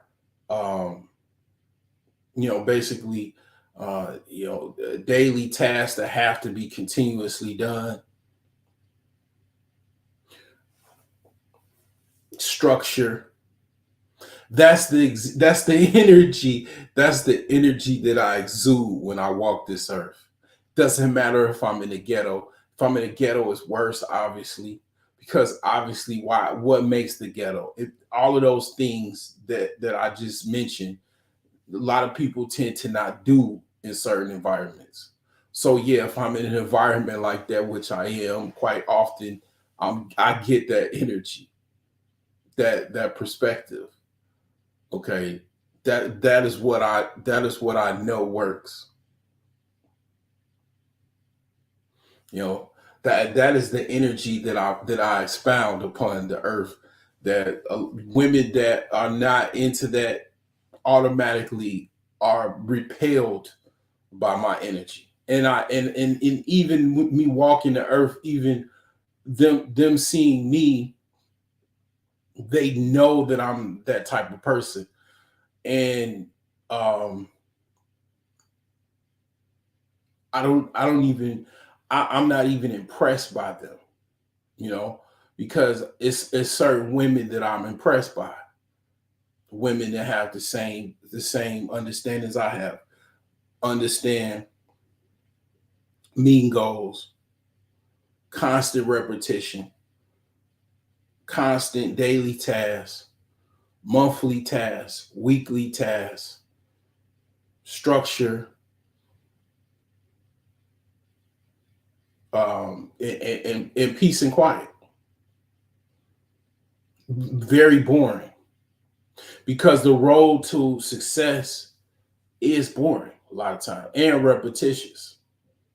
It's very repetitious. I remember, and that's the perspective of what I'm talking about. I'm not talking about what I don't know. I didn't come on here talking about what I don't know.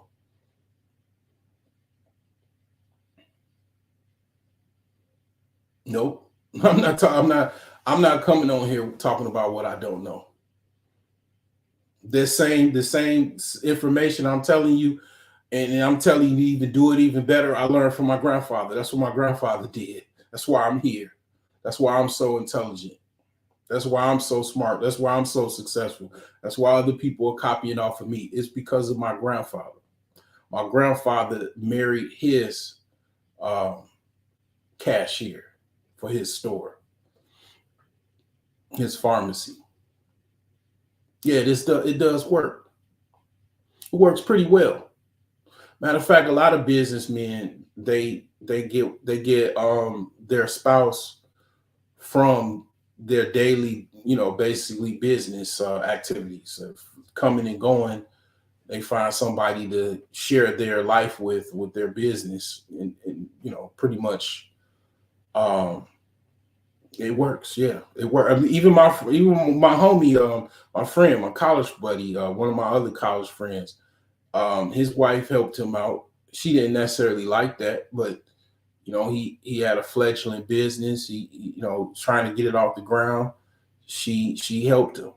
She didn't really want to do that what he did, but they helped each other out.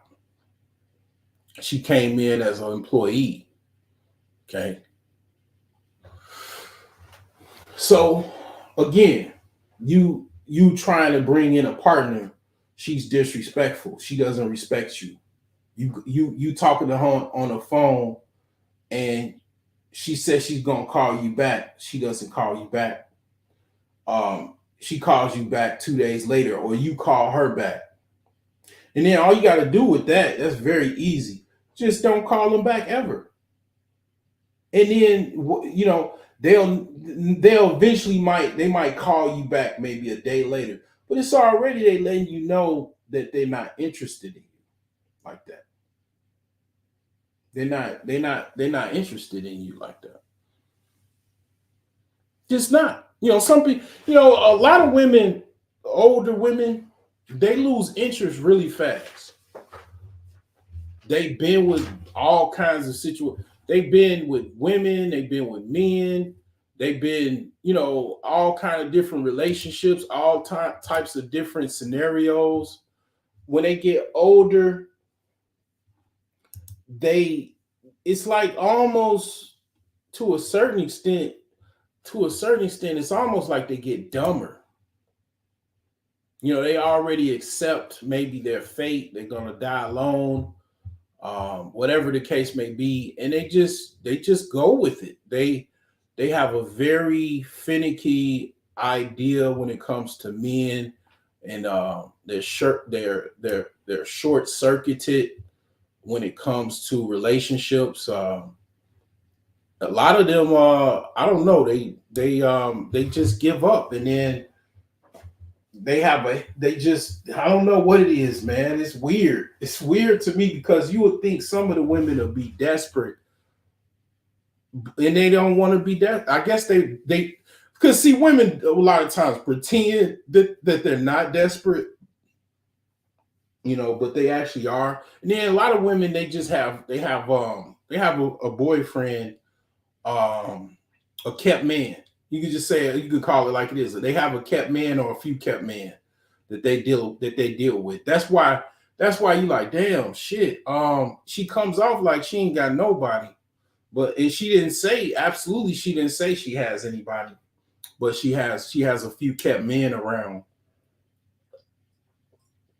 that she deals with, or that she can deal with. But here's the thing. You don't have to, it's not your job to worry about none of that. None of that. It's not your job to worry about that. Your job is to run your business and run it successfully. Focus on your bottom line.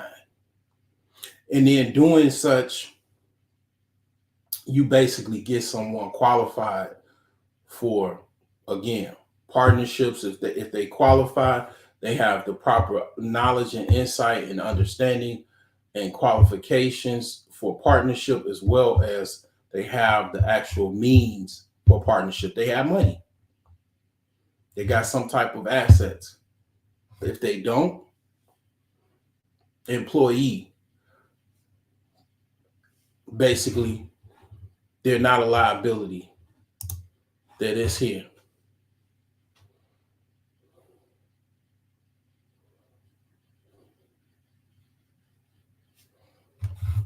They know, okay, I got to keep this going. I got to keep this man. I want this man. Women absolutely should want you. Okay, I'm gonna play something. I'm gonna play something that's very interesting. Okay, very very interesting. And I saw this, and this is a woman that she. I think some women met in March. they absolutely like delusion. Some women they really much they like the fantasy of having a relationship. They believe in a lie. Okay. Rihanna had a hit song, Beautiful Lies. They absolutely they kind of they hate liars, but they will entertain lies. And then there's many men that of course lie to women, right? They absolutely they deal with them. They do even more. Now you could say she's a big Bertha, and you know you could play the you know wah, wah, wah, wah, wah, wah, wah, wah, wah, like I mean, but I mean it's like yeah, I mean a lot of times let's just say I mean it's been a while since I said it. The poor guys do get a lot of times the fat chicks. They absolutely get the fat chicks because the fat chicks don't they need they're a lot of times they're in between relationships or don't have a relationship. And basically this is Slim Tea right here. This is available on Amazon. I mean actually alsherbs.com. And you can get that tea. You can I've been losing a lot of weight. Been feeling great. I'm drinking it now. You don't have to. I got something for you, man. For you. I got something for you, and it's great. It is great. It is the best thing going right now, buddy.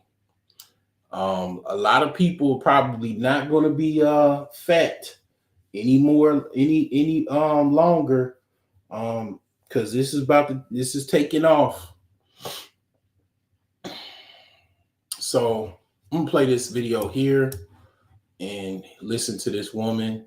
She basically got involved with a guy, basically a pathological liar, and she was eating all of the lies, including breakfast, lunch, and dinner, of course. Okay, so things that my pathologically lying ex-husband lied about. Backstory. I'm gonna try to get as much of this as I can into this video, because I hate when people say follow for part 2, but I'm gonna try. All right, backstory number 1. We met in March of 2020. Georgia got shut down, locked down 2.5 weeks later. We got married January of 2021, and we were divorced August of 2021. So keep in mind that this story is spanning March of 2020 until about June of 2021, because I kicked him out the house on his birthday. So we met online, Facebook dating and Hinge. I will never do online dating again.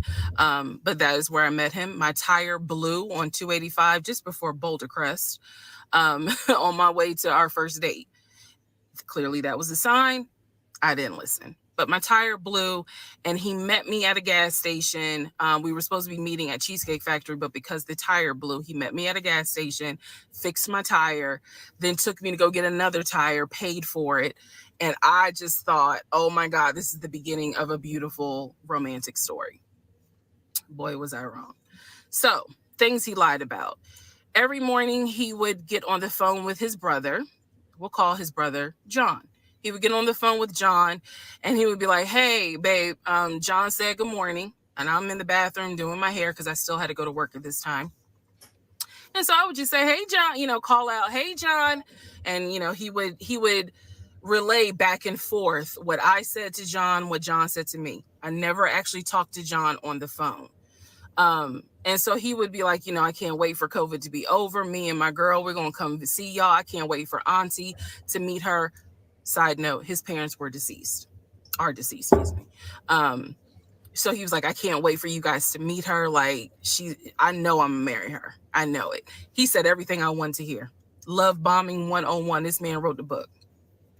So he talked to his brother every day. He talked to his friends every day in front of me. He would be on the phone laughing, cutting up, cracking jokes, telling them, hey, she said, hey, just having conversation, like a normal conversation. I didn't think anything of it. It wasn't until he got kicked out of my house in June of 2021 that I found out every single phone call was made up. He was never on the phone. All right, so she's got a TikTok or whatever. She's got like 50 parts or some crazy shit like that. Here's the thing. A lot of times when you like talk to a woman, understand it's a very, very strong chance that she's in a relationship like that. She's dealing with a dude, basically in some type of relationship like that. And she likes the fact that she's got a relationship, but she's not 100% satisfied with the relationship. Some guys will say no woman is satisfied 100% with their relationship. You even say men are not satisfied with their relationship. Now, the thing is this is what a lot of times women do, because they get sprung on the guy. Guys are good at getting women sprung. Okay. That being said, a lot of times it goes even deeper than that. Men know how to keep something going. They know how to keep things, keep a lie going, all kind of stuff. That's what happens a lot of times. Is you're talking to a chick that's got another dude. She's not gonna tell you. She just, basically, she might even tell you, like, yeah, I got a guy, but she don't tell you that she's a whole delusional idiot, fool. She doesn't tell you that, like her man, like, okay, I ain't worried about that shit. I'll tell you the long story. Come to find out, her boyfriend, then she basically married the dude. She got pregnant. Dude was lying about damn near everything. He was putting her on for a long time. Come to find out, dude was on basically work release from jail. He needed an address, a place to live. She was the one. She was the target. He gave her some real people that were in his life. The one was his brother. Brother didn't even talk to him. Told him he gets worse and worse as far as being a liar. That's what he does to survive. Basically, she met a homosexual. And here's the thing: she knew she had a homosexual. She just was, dealing with it for as long as she could. And getting fed a whole bunch of lies.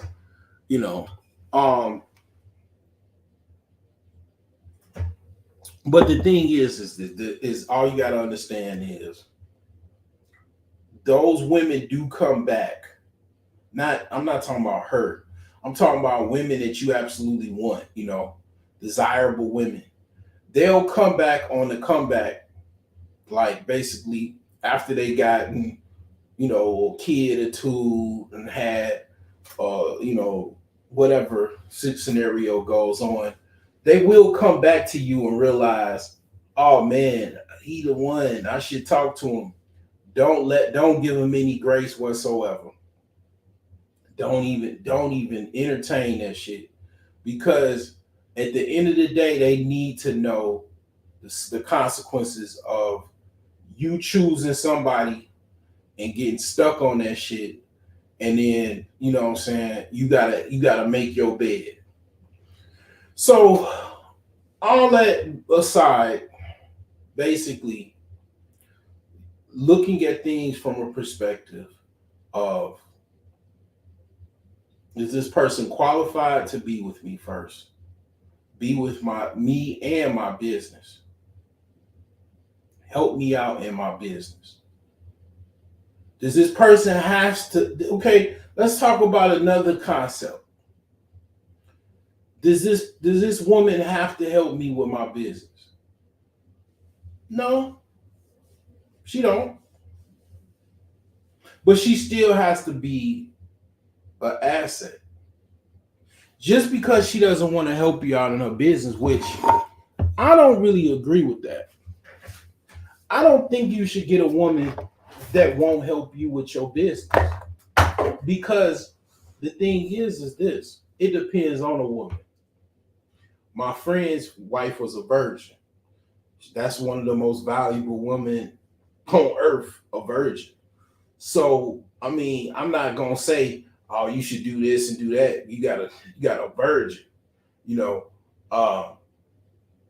the thing is that as long as she's respectable, as long as she's giving you what you need, yeah, she don't really have to help you with your business, because see, here's the thing, you need a woman regardless. It is ideal if you have someone help you with your business, because that's a family business.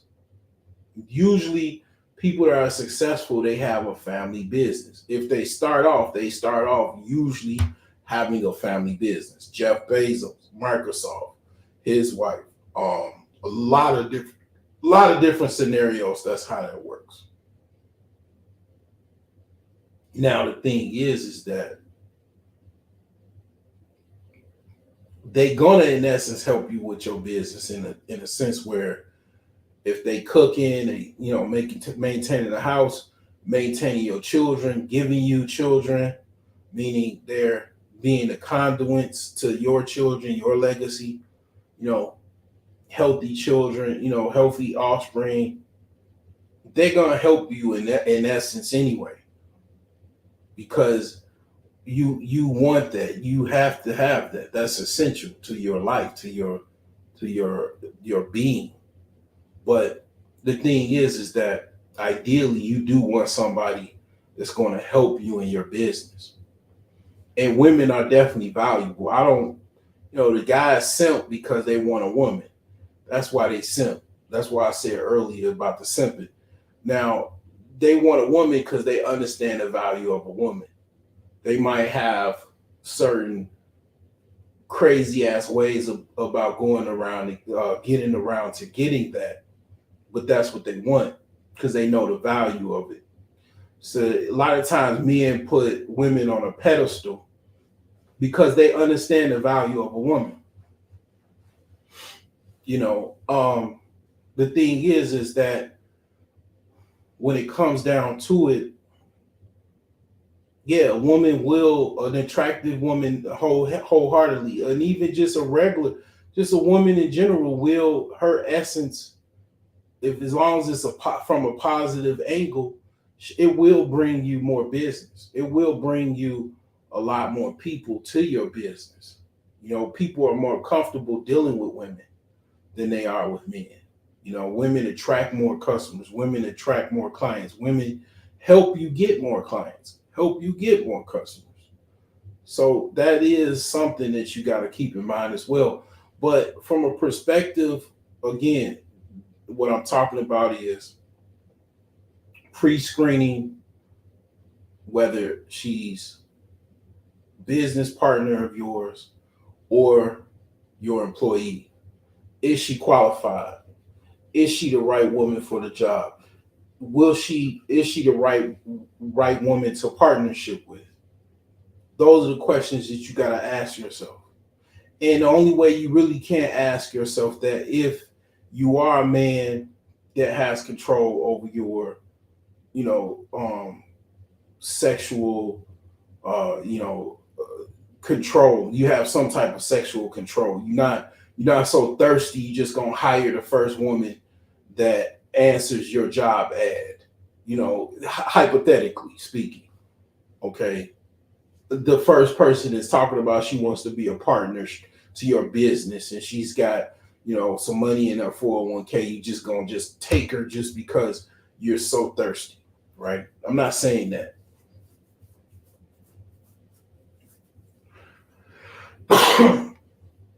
I'm saying that she qualifies in the sense that we can even add Kevin Samuels in the mix. She's an FBI, feminine, beautiful, inspirational. I mean, what I said was she's able to be patient. She's able to follow things repetitiously. She's able to deal with structure, daily, continuous structure. These are the things. That's why I don't worry about people taking my content or whatever the hell. I'm on track to, you know what I'm saying? And I believe in, pretty much. So I'm okay. I'm just trying to give you some information to help you out. But the thing is this. Again, you know how to screen because you got some type of control. You're not thirsty. Okay, I'm not a thirsty dude. You be like, man, this dude always in the house and all. I'm gonna tell you why I'm in the house a lot. First of all, I like staying in the house. And another thing is my money, a lot of my money is tied into this house. I'm not gonna say I'm a rich guy. I need to have a certain dollar amount before I, want to go out and all that. You can't, to a certain extent, it takes money to be able to go out and kick it, and I do and I have, but it takes a certain level of money to go out and kick it. And I ain't really got it like that. And I'm gonna be honest with you. I don't want to put out all of my information as far as what I'm doing and all that because it's just not an incentive. Let's just say if you notice anything about me, I'm on here a lot more than I normally am and in different times a day. But the thing is this. When it comes down to it, I'm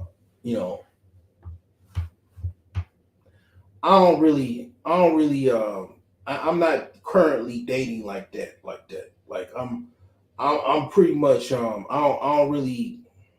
ain't really going out there like that. I'm be honest with you. My money ain't flowing like I wanted to go out there like that. I just, I do go out there, but I'm not gonna explain how I go out there, but I'll just say this.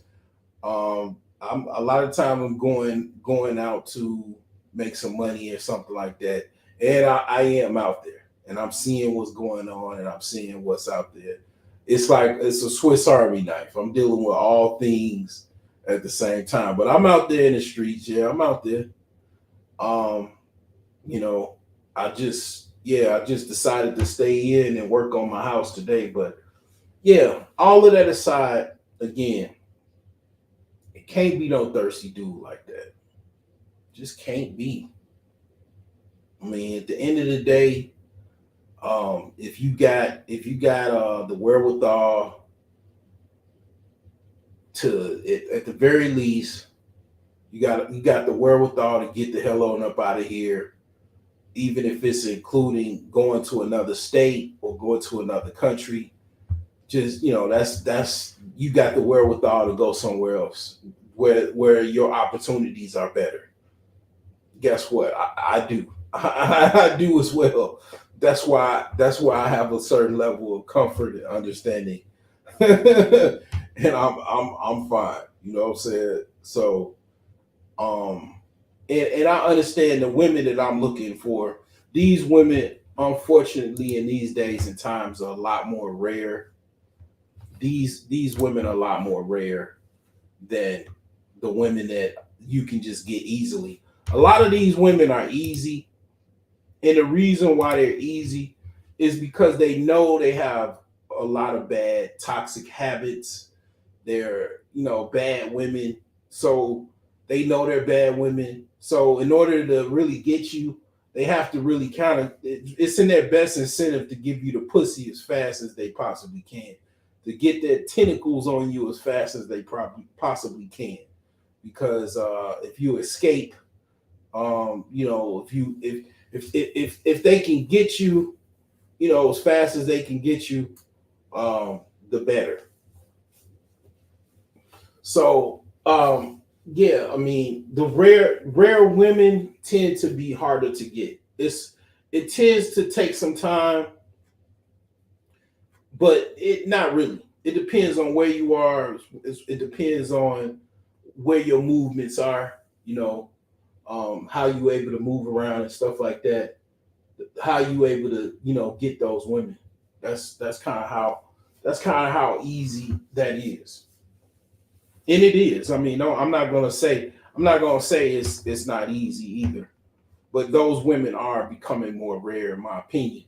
Prime women are becoming more rare in America.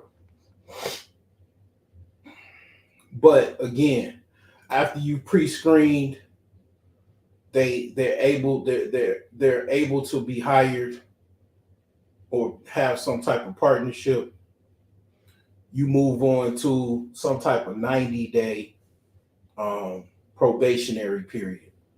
You put them on, they get hired, they join your team, they join your business. You give them some type of 90-day probationary period. Okay, you don't go all in. You don't give them everything in the kitchen sink. You have a probationary period to see how they perform, see how good they are, see if they're full of shit or not. They could have just been a good actress putting on a good show. And then you see all kind of stuff. You find out stuff that they didn't tell you when you interviewed them, or had some type of the date is the interview. But see, here's the thing, right? Let's go back to dating. The date per se. going to the steakhouse, going to Cheesecake Factory, Chili's, TGI Fridays, Applebee's, whatever.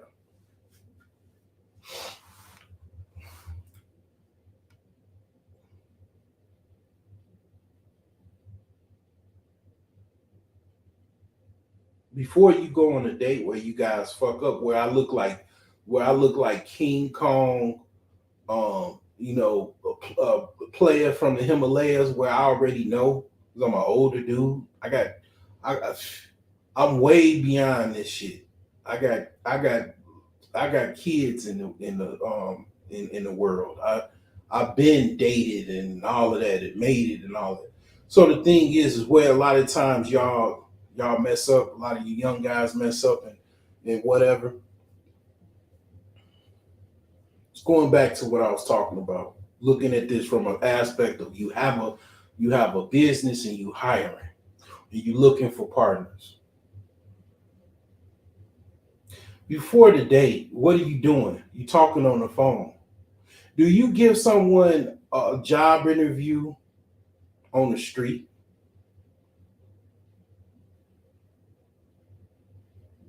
Or do you give out your number for them to call you because you're interested in them, in hiring them, right? Okay, that's what you do, right? When they took your number, this conversation, I said again before, it starts how it ends. Did they really, when you were talking to them, when you met them on the street or wherever you met them, were they interested in your ass? Were they really into you? Were they really into you like that? Okay, let me put you in a perspective of what I'm talking about. Me and my homie from high school, I never forget.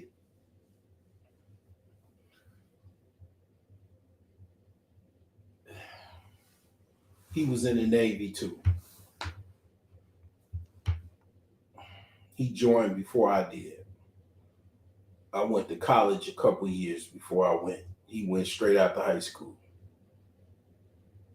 I remember we used to leave high school. He had a car. We used to go to Chicago around his old neighborhood, my old neighborhood too, where my grandparents lived. A lot of black people in Chicago they have similar places that they lived or whatever, or where they sprung from. So anyway, I remember when we went to, basically one of the chicks he was talking to or whatever. She was home, basically home alone or whatever. Mom was at work or whatever. They haven't came home yet, right? We 16, 17. By the time we run the doorbell, the young chick behind, we were it was about the same age as us. She was like screaming and like parading like a cheerleader that we were at the door, that he was at the door, I was with him.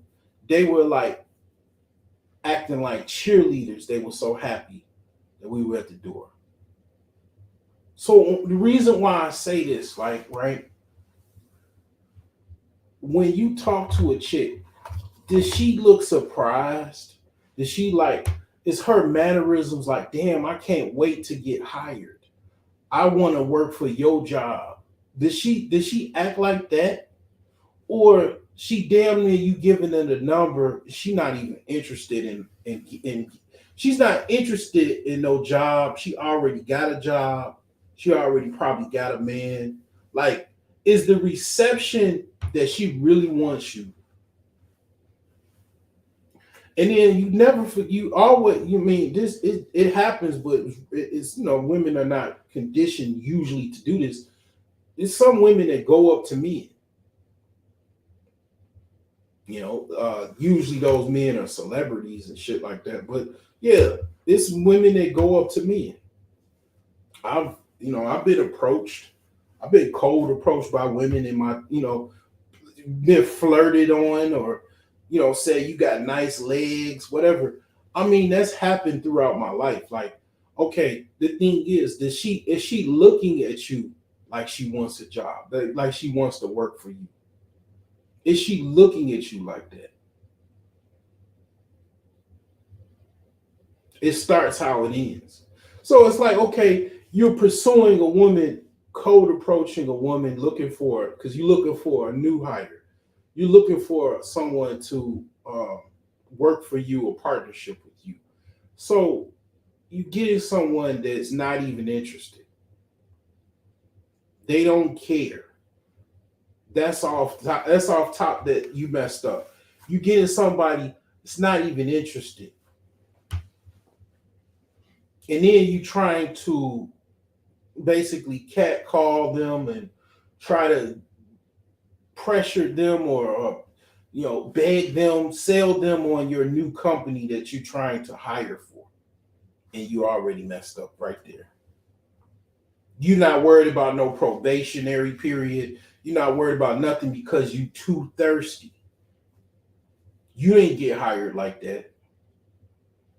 You had to go through this first interview. You had to take a drug test. You had to do a background check.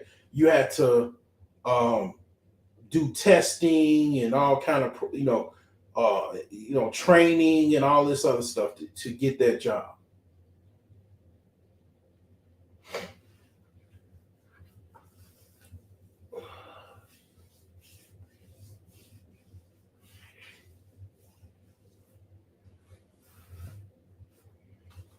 That's what you had to do to get that job. And it's no different. A lot of times we get women because in their bad, it's like it's a bad situation from the start because they're not really they're not even interested really, because most of the time, because they already have someone else. They already have someone else.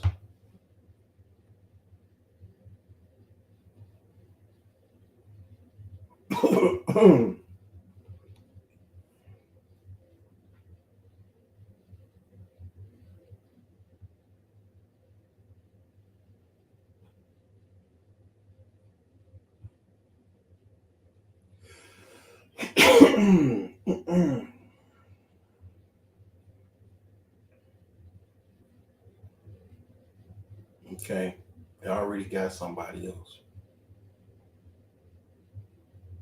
Now, and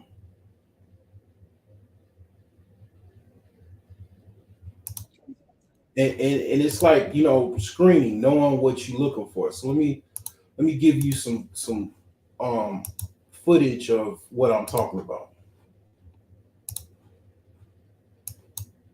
Is the difference between a woman that wants to be a wife versus a woman that just wants a husband?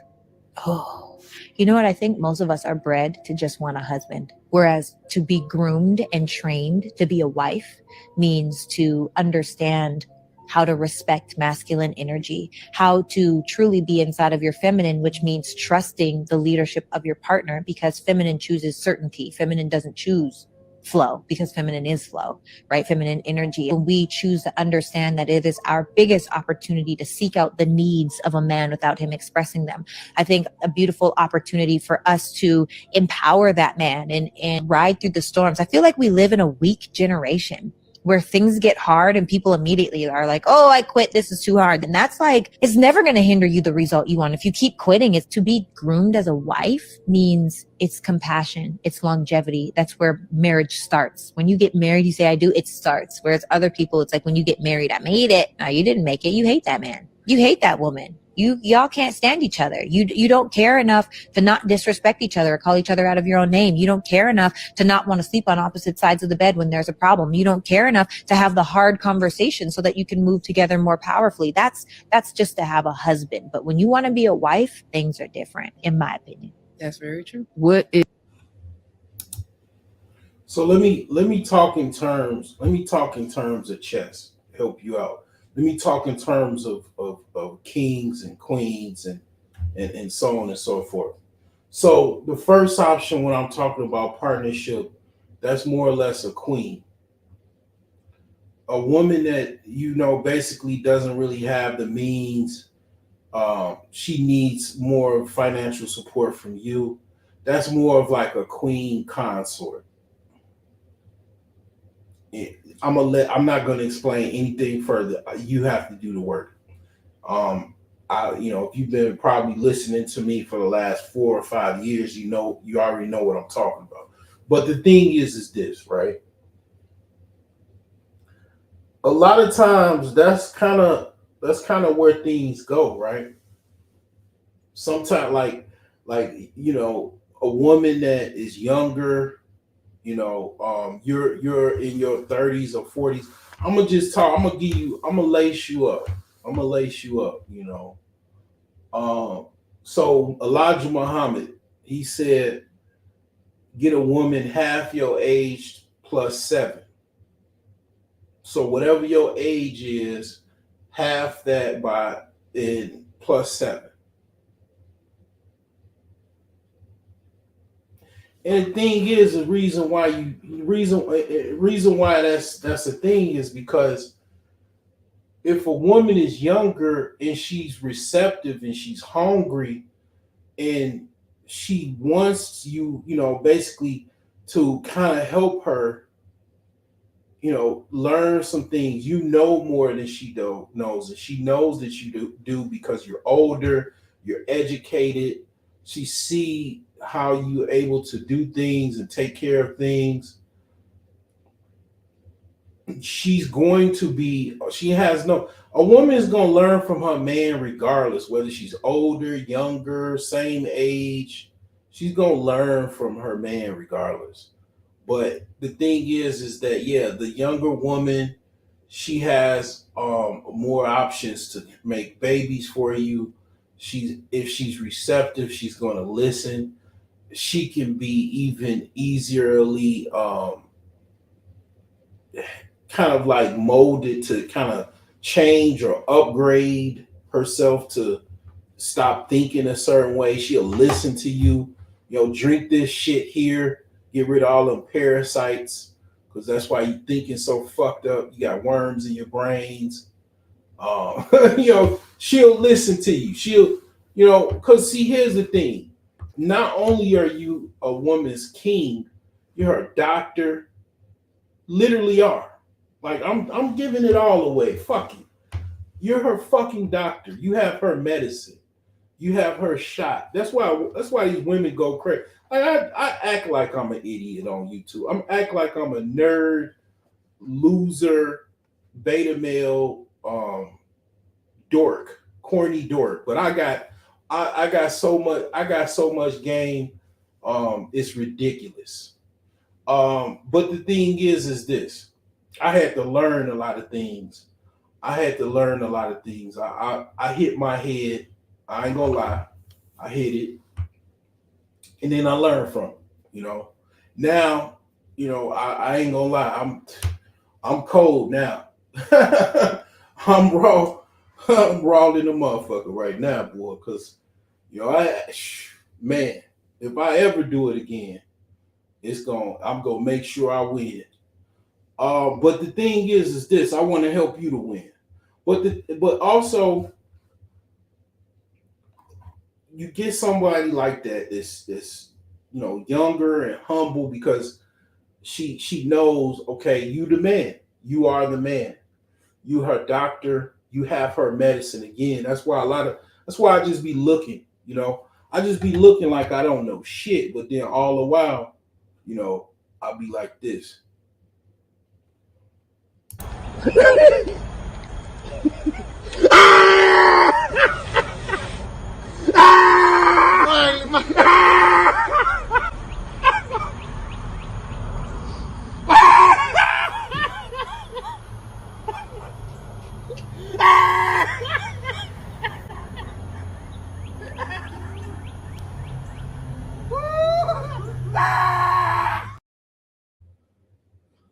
Absolutely. I mean, yeah. That's why women literally, okay, let me give you some understanding, right? So there's a psychological disorder called hysteria.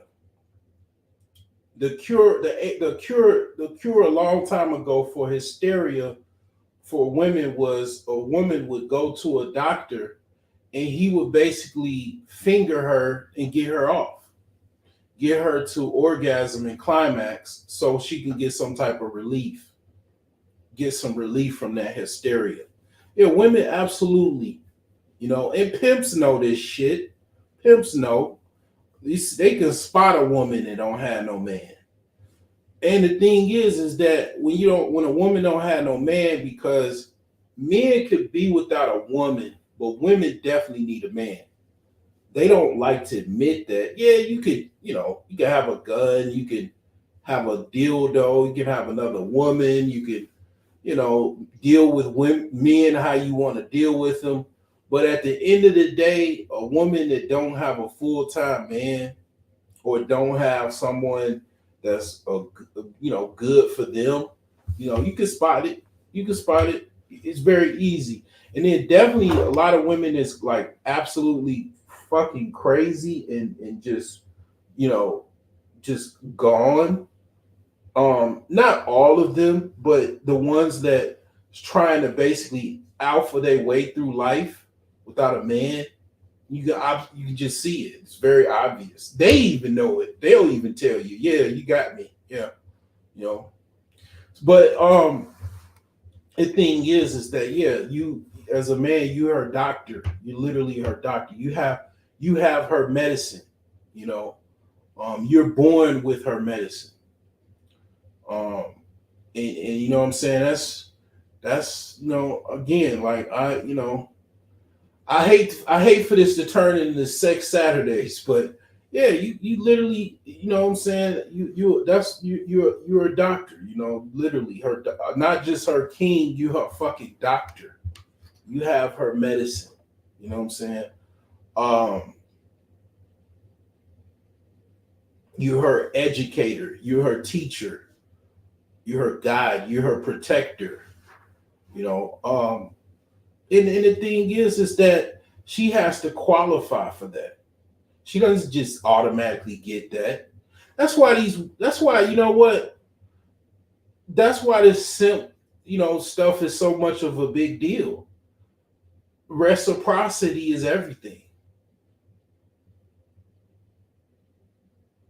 You know, reciprocity is everything. You don't just get anything, you know, and then don't get anything in return. You know, you get your money's worth. That's what my mom taught me. You get your money's worth. You know what I'm saying? If you're not getting your money's worth, you getting, you know what I'm saying, got basically. You know, you getting taken, you're not getting full value. You know, that's the problem right there. And how do you get full value? You make sure you get reciprocity. That's how you do it. You get full value by getting reciprocity. If she doesn't give you reciprocity, you know, she's not the one. That's not the one for you.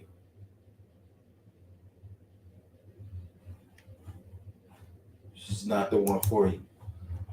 The one for you, she might be somewhere else.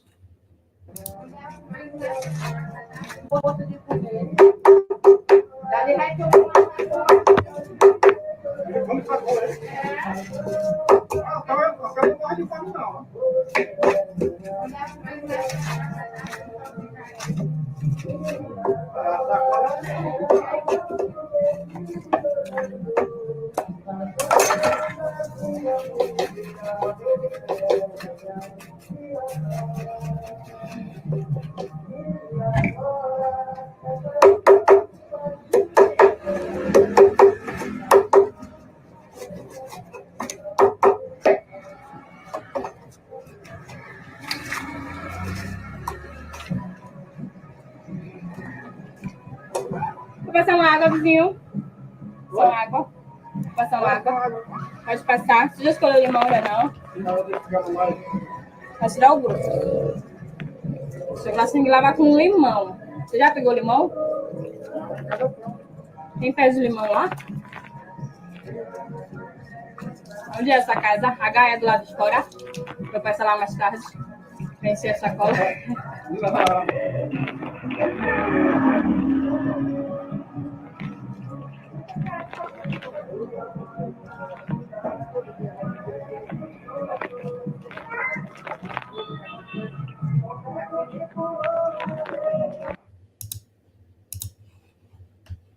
Hey, international, you know, globalization.